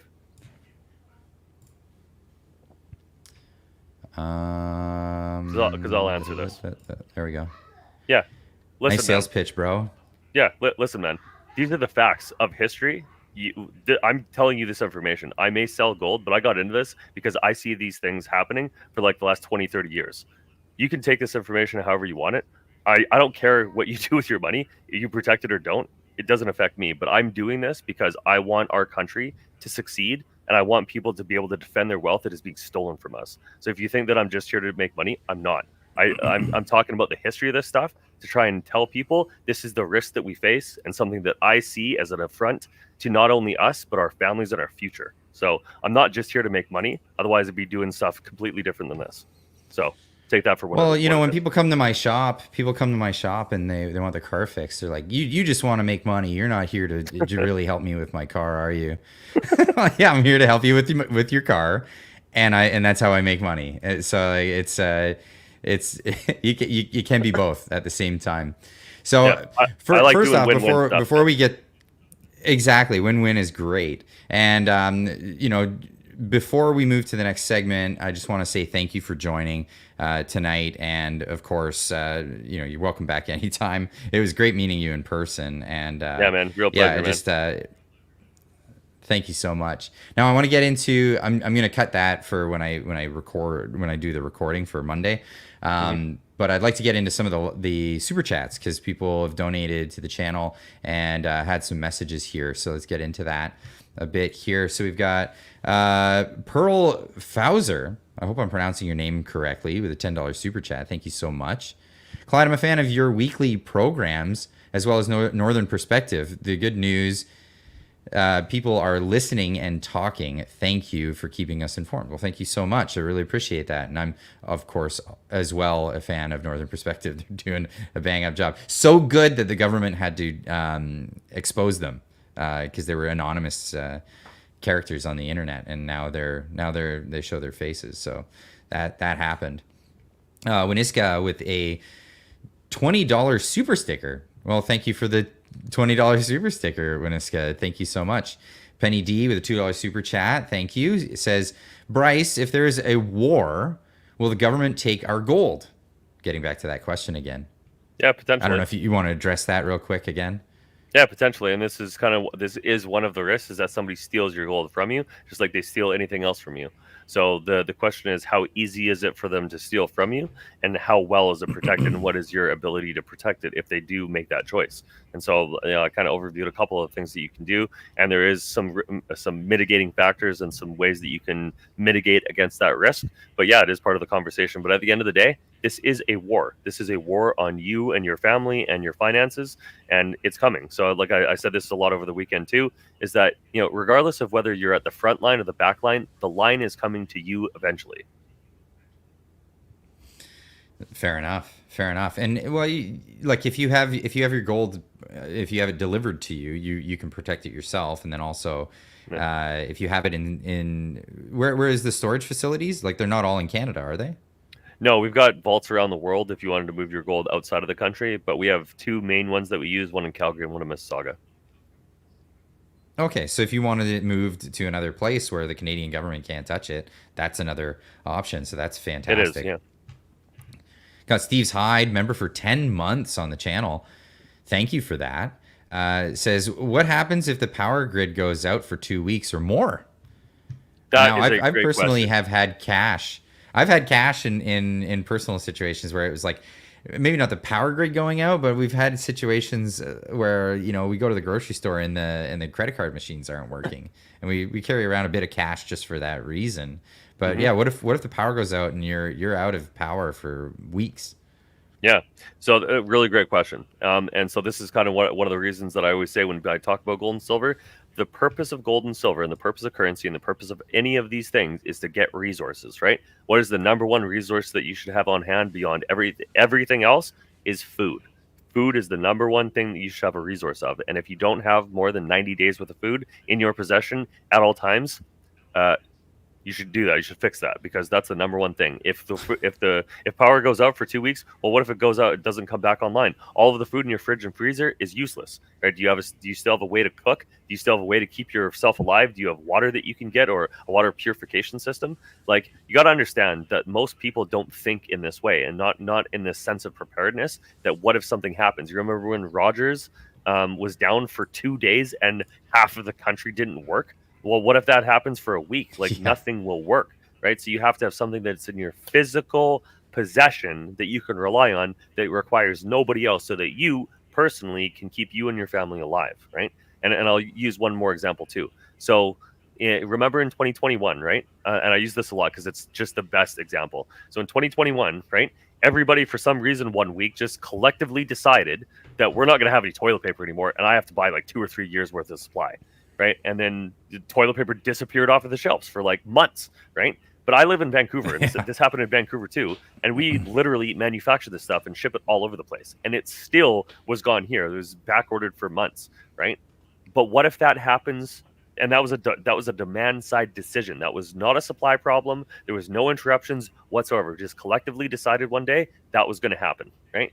Well, what if that actually happens from the supply side for food? You're going to see chaos like you ain't never seen it before, and that is 100% coming because the war in Ukraine, Russia and Ukraine accounted for 30% of grain production on the planet. At some point, somebody is not going to have enough food, and I'd rather it not be me. And I made sure that that's not going to happen. Yeah, of course. I take steps in the same direction. Brando also asking, what if you just bought physical gold like jewelry? Is that just as good? No, it's not. Typically, jewelry is not pure. So when you're buying bullion, so what bullion means is it's been printed by LBMA. Minted by LBMA certified facilities that guarantee essentially that what you see on it is 100%. So it's basically 99.99% gold or silver. And what that means is it is 100% more or less that material. So you're getting that raw material, and it's been printed and it's part of the system, right? So you can essentially guarantee, when you're trading somebody else, this is what it says it is, and this is the stamp that proves it.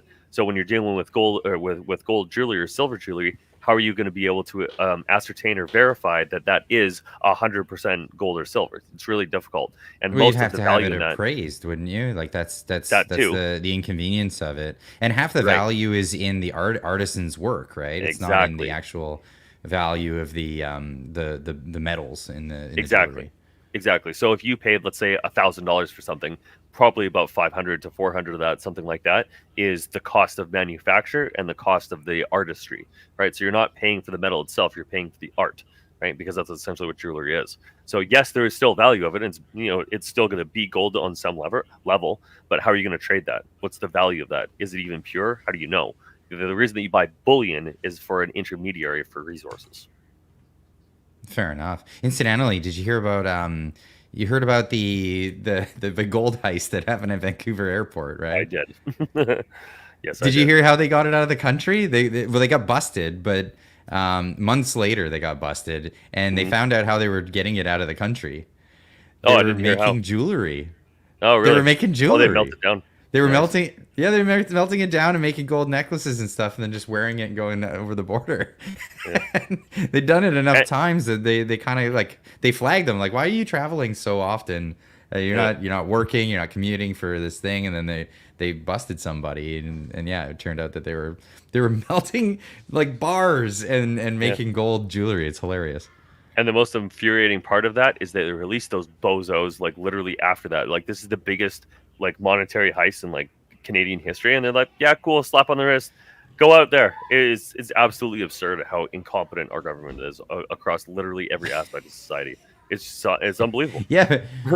Well, if you want to be held for a long time, all you got to do is fight for your rights in Ottawa. That's how you can definitely assure yourself that you'll be stuck in the system for a good chunk of time.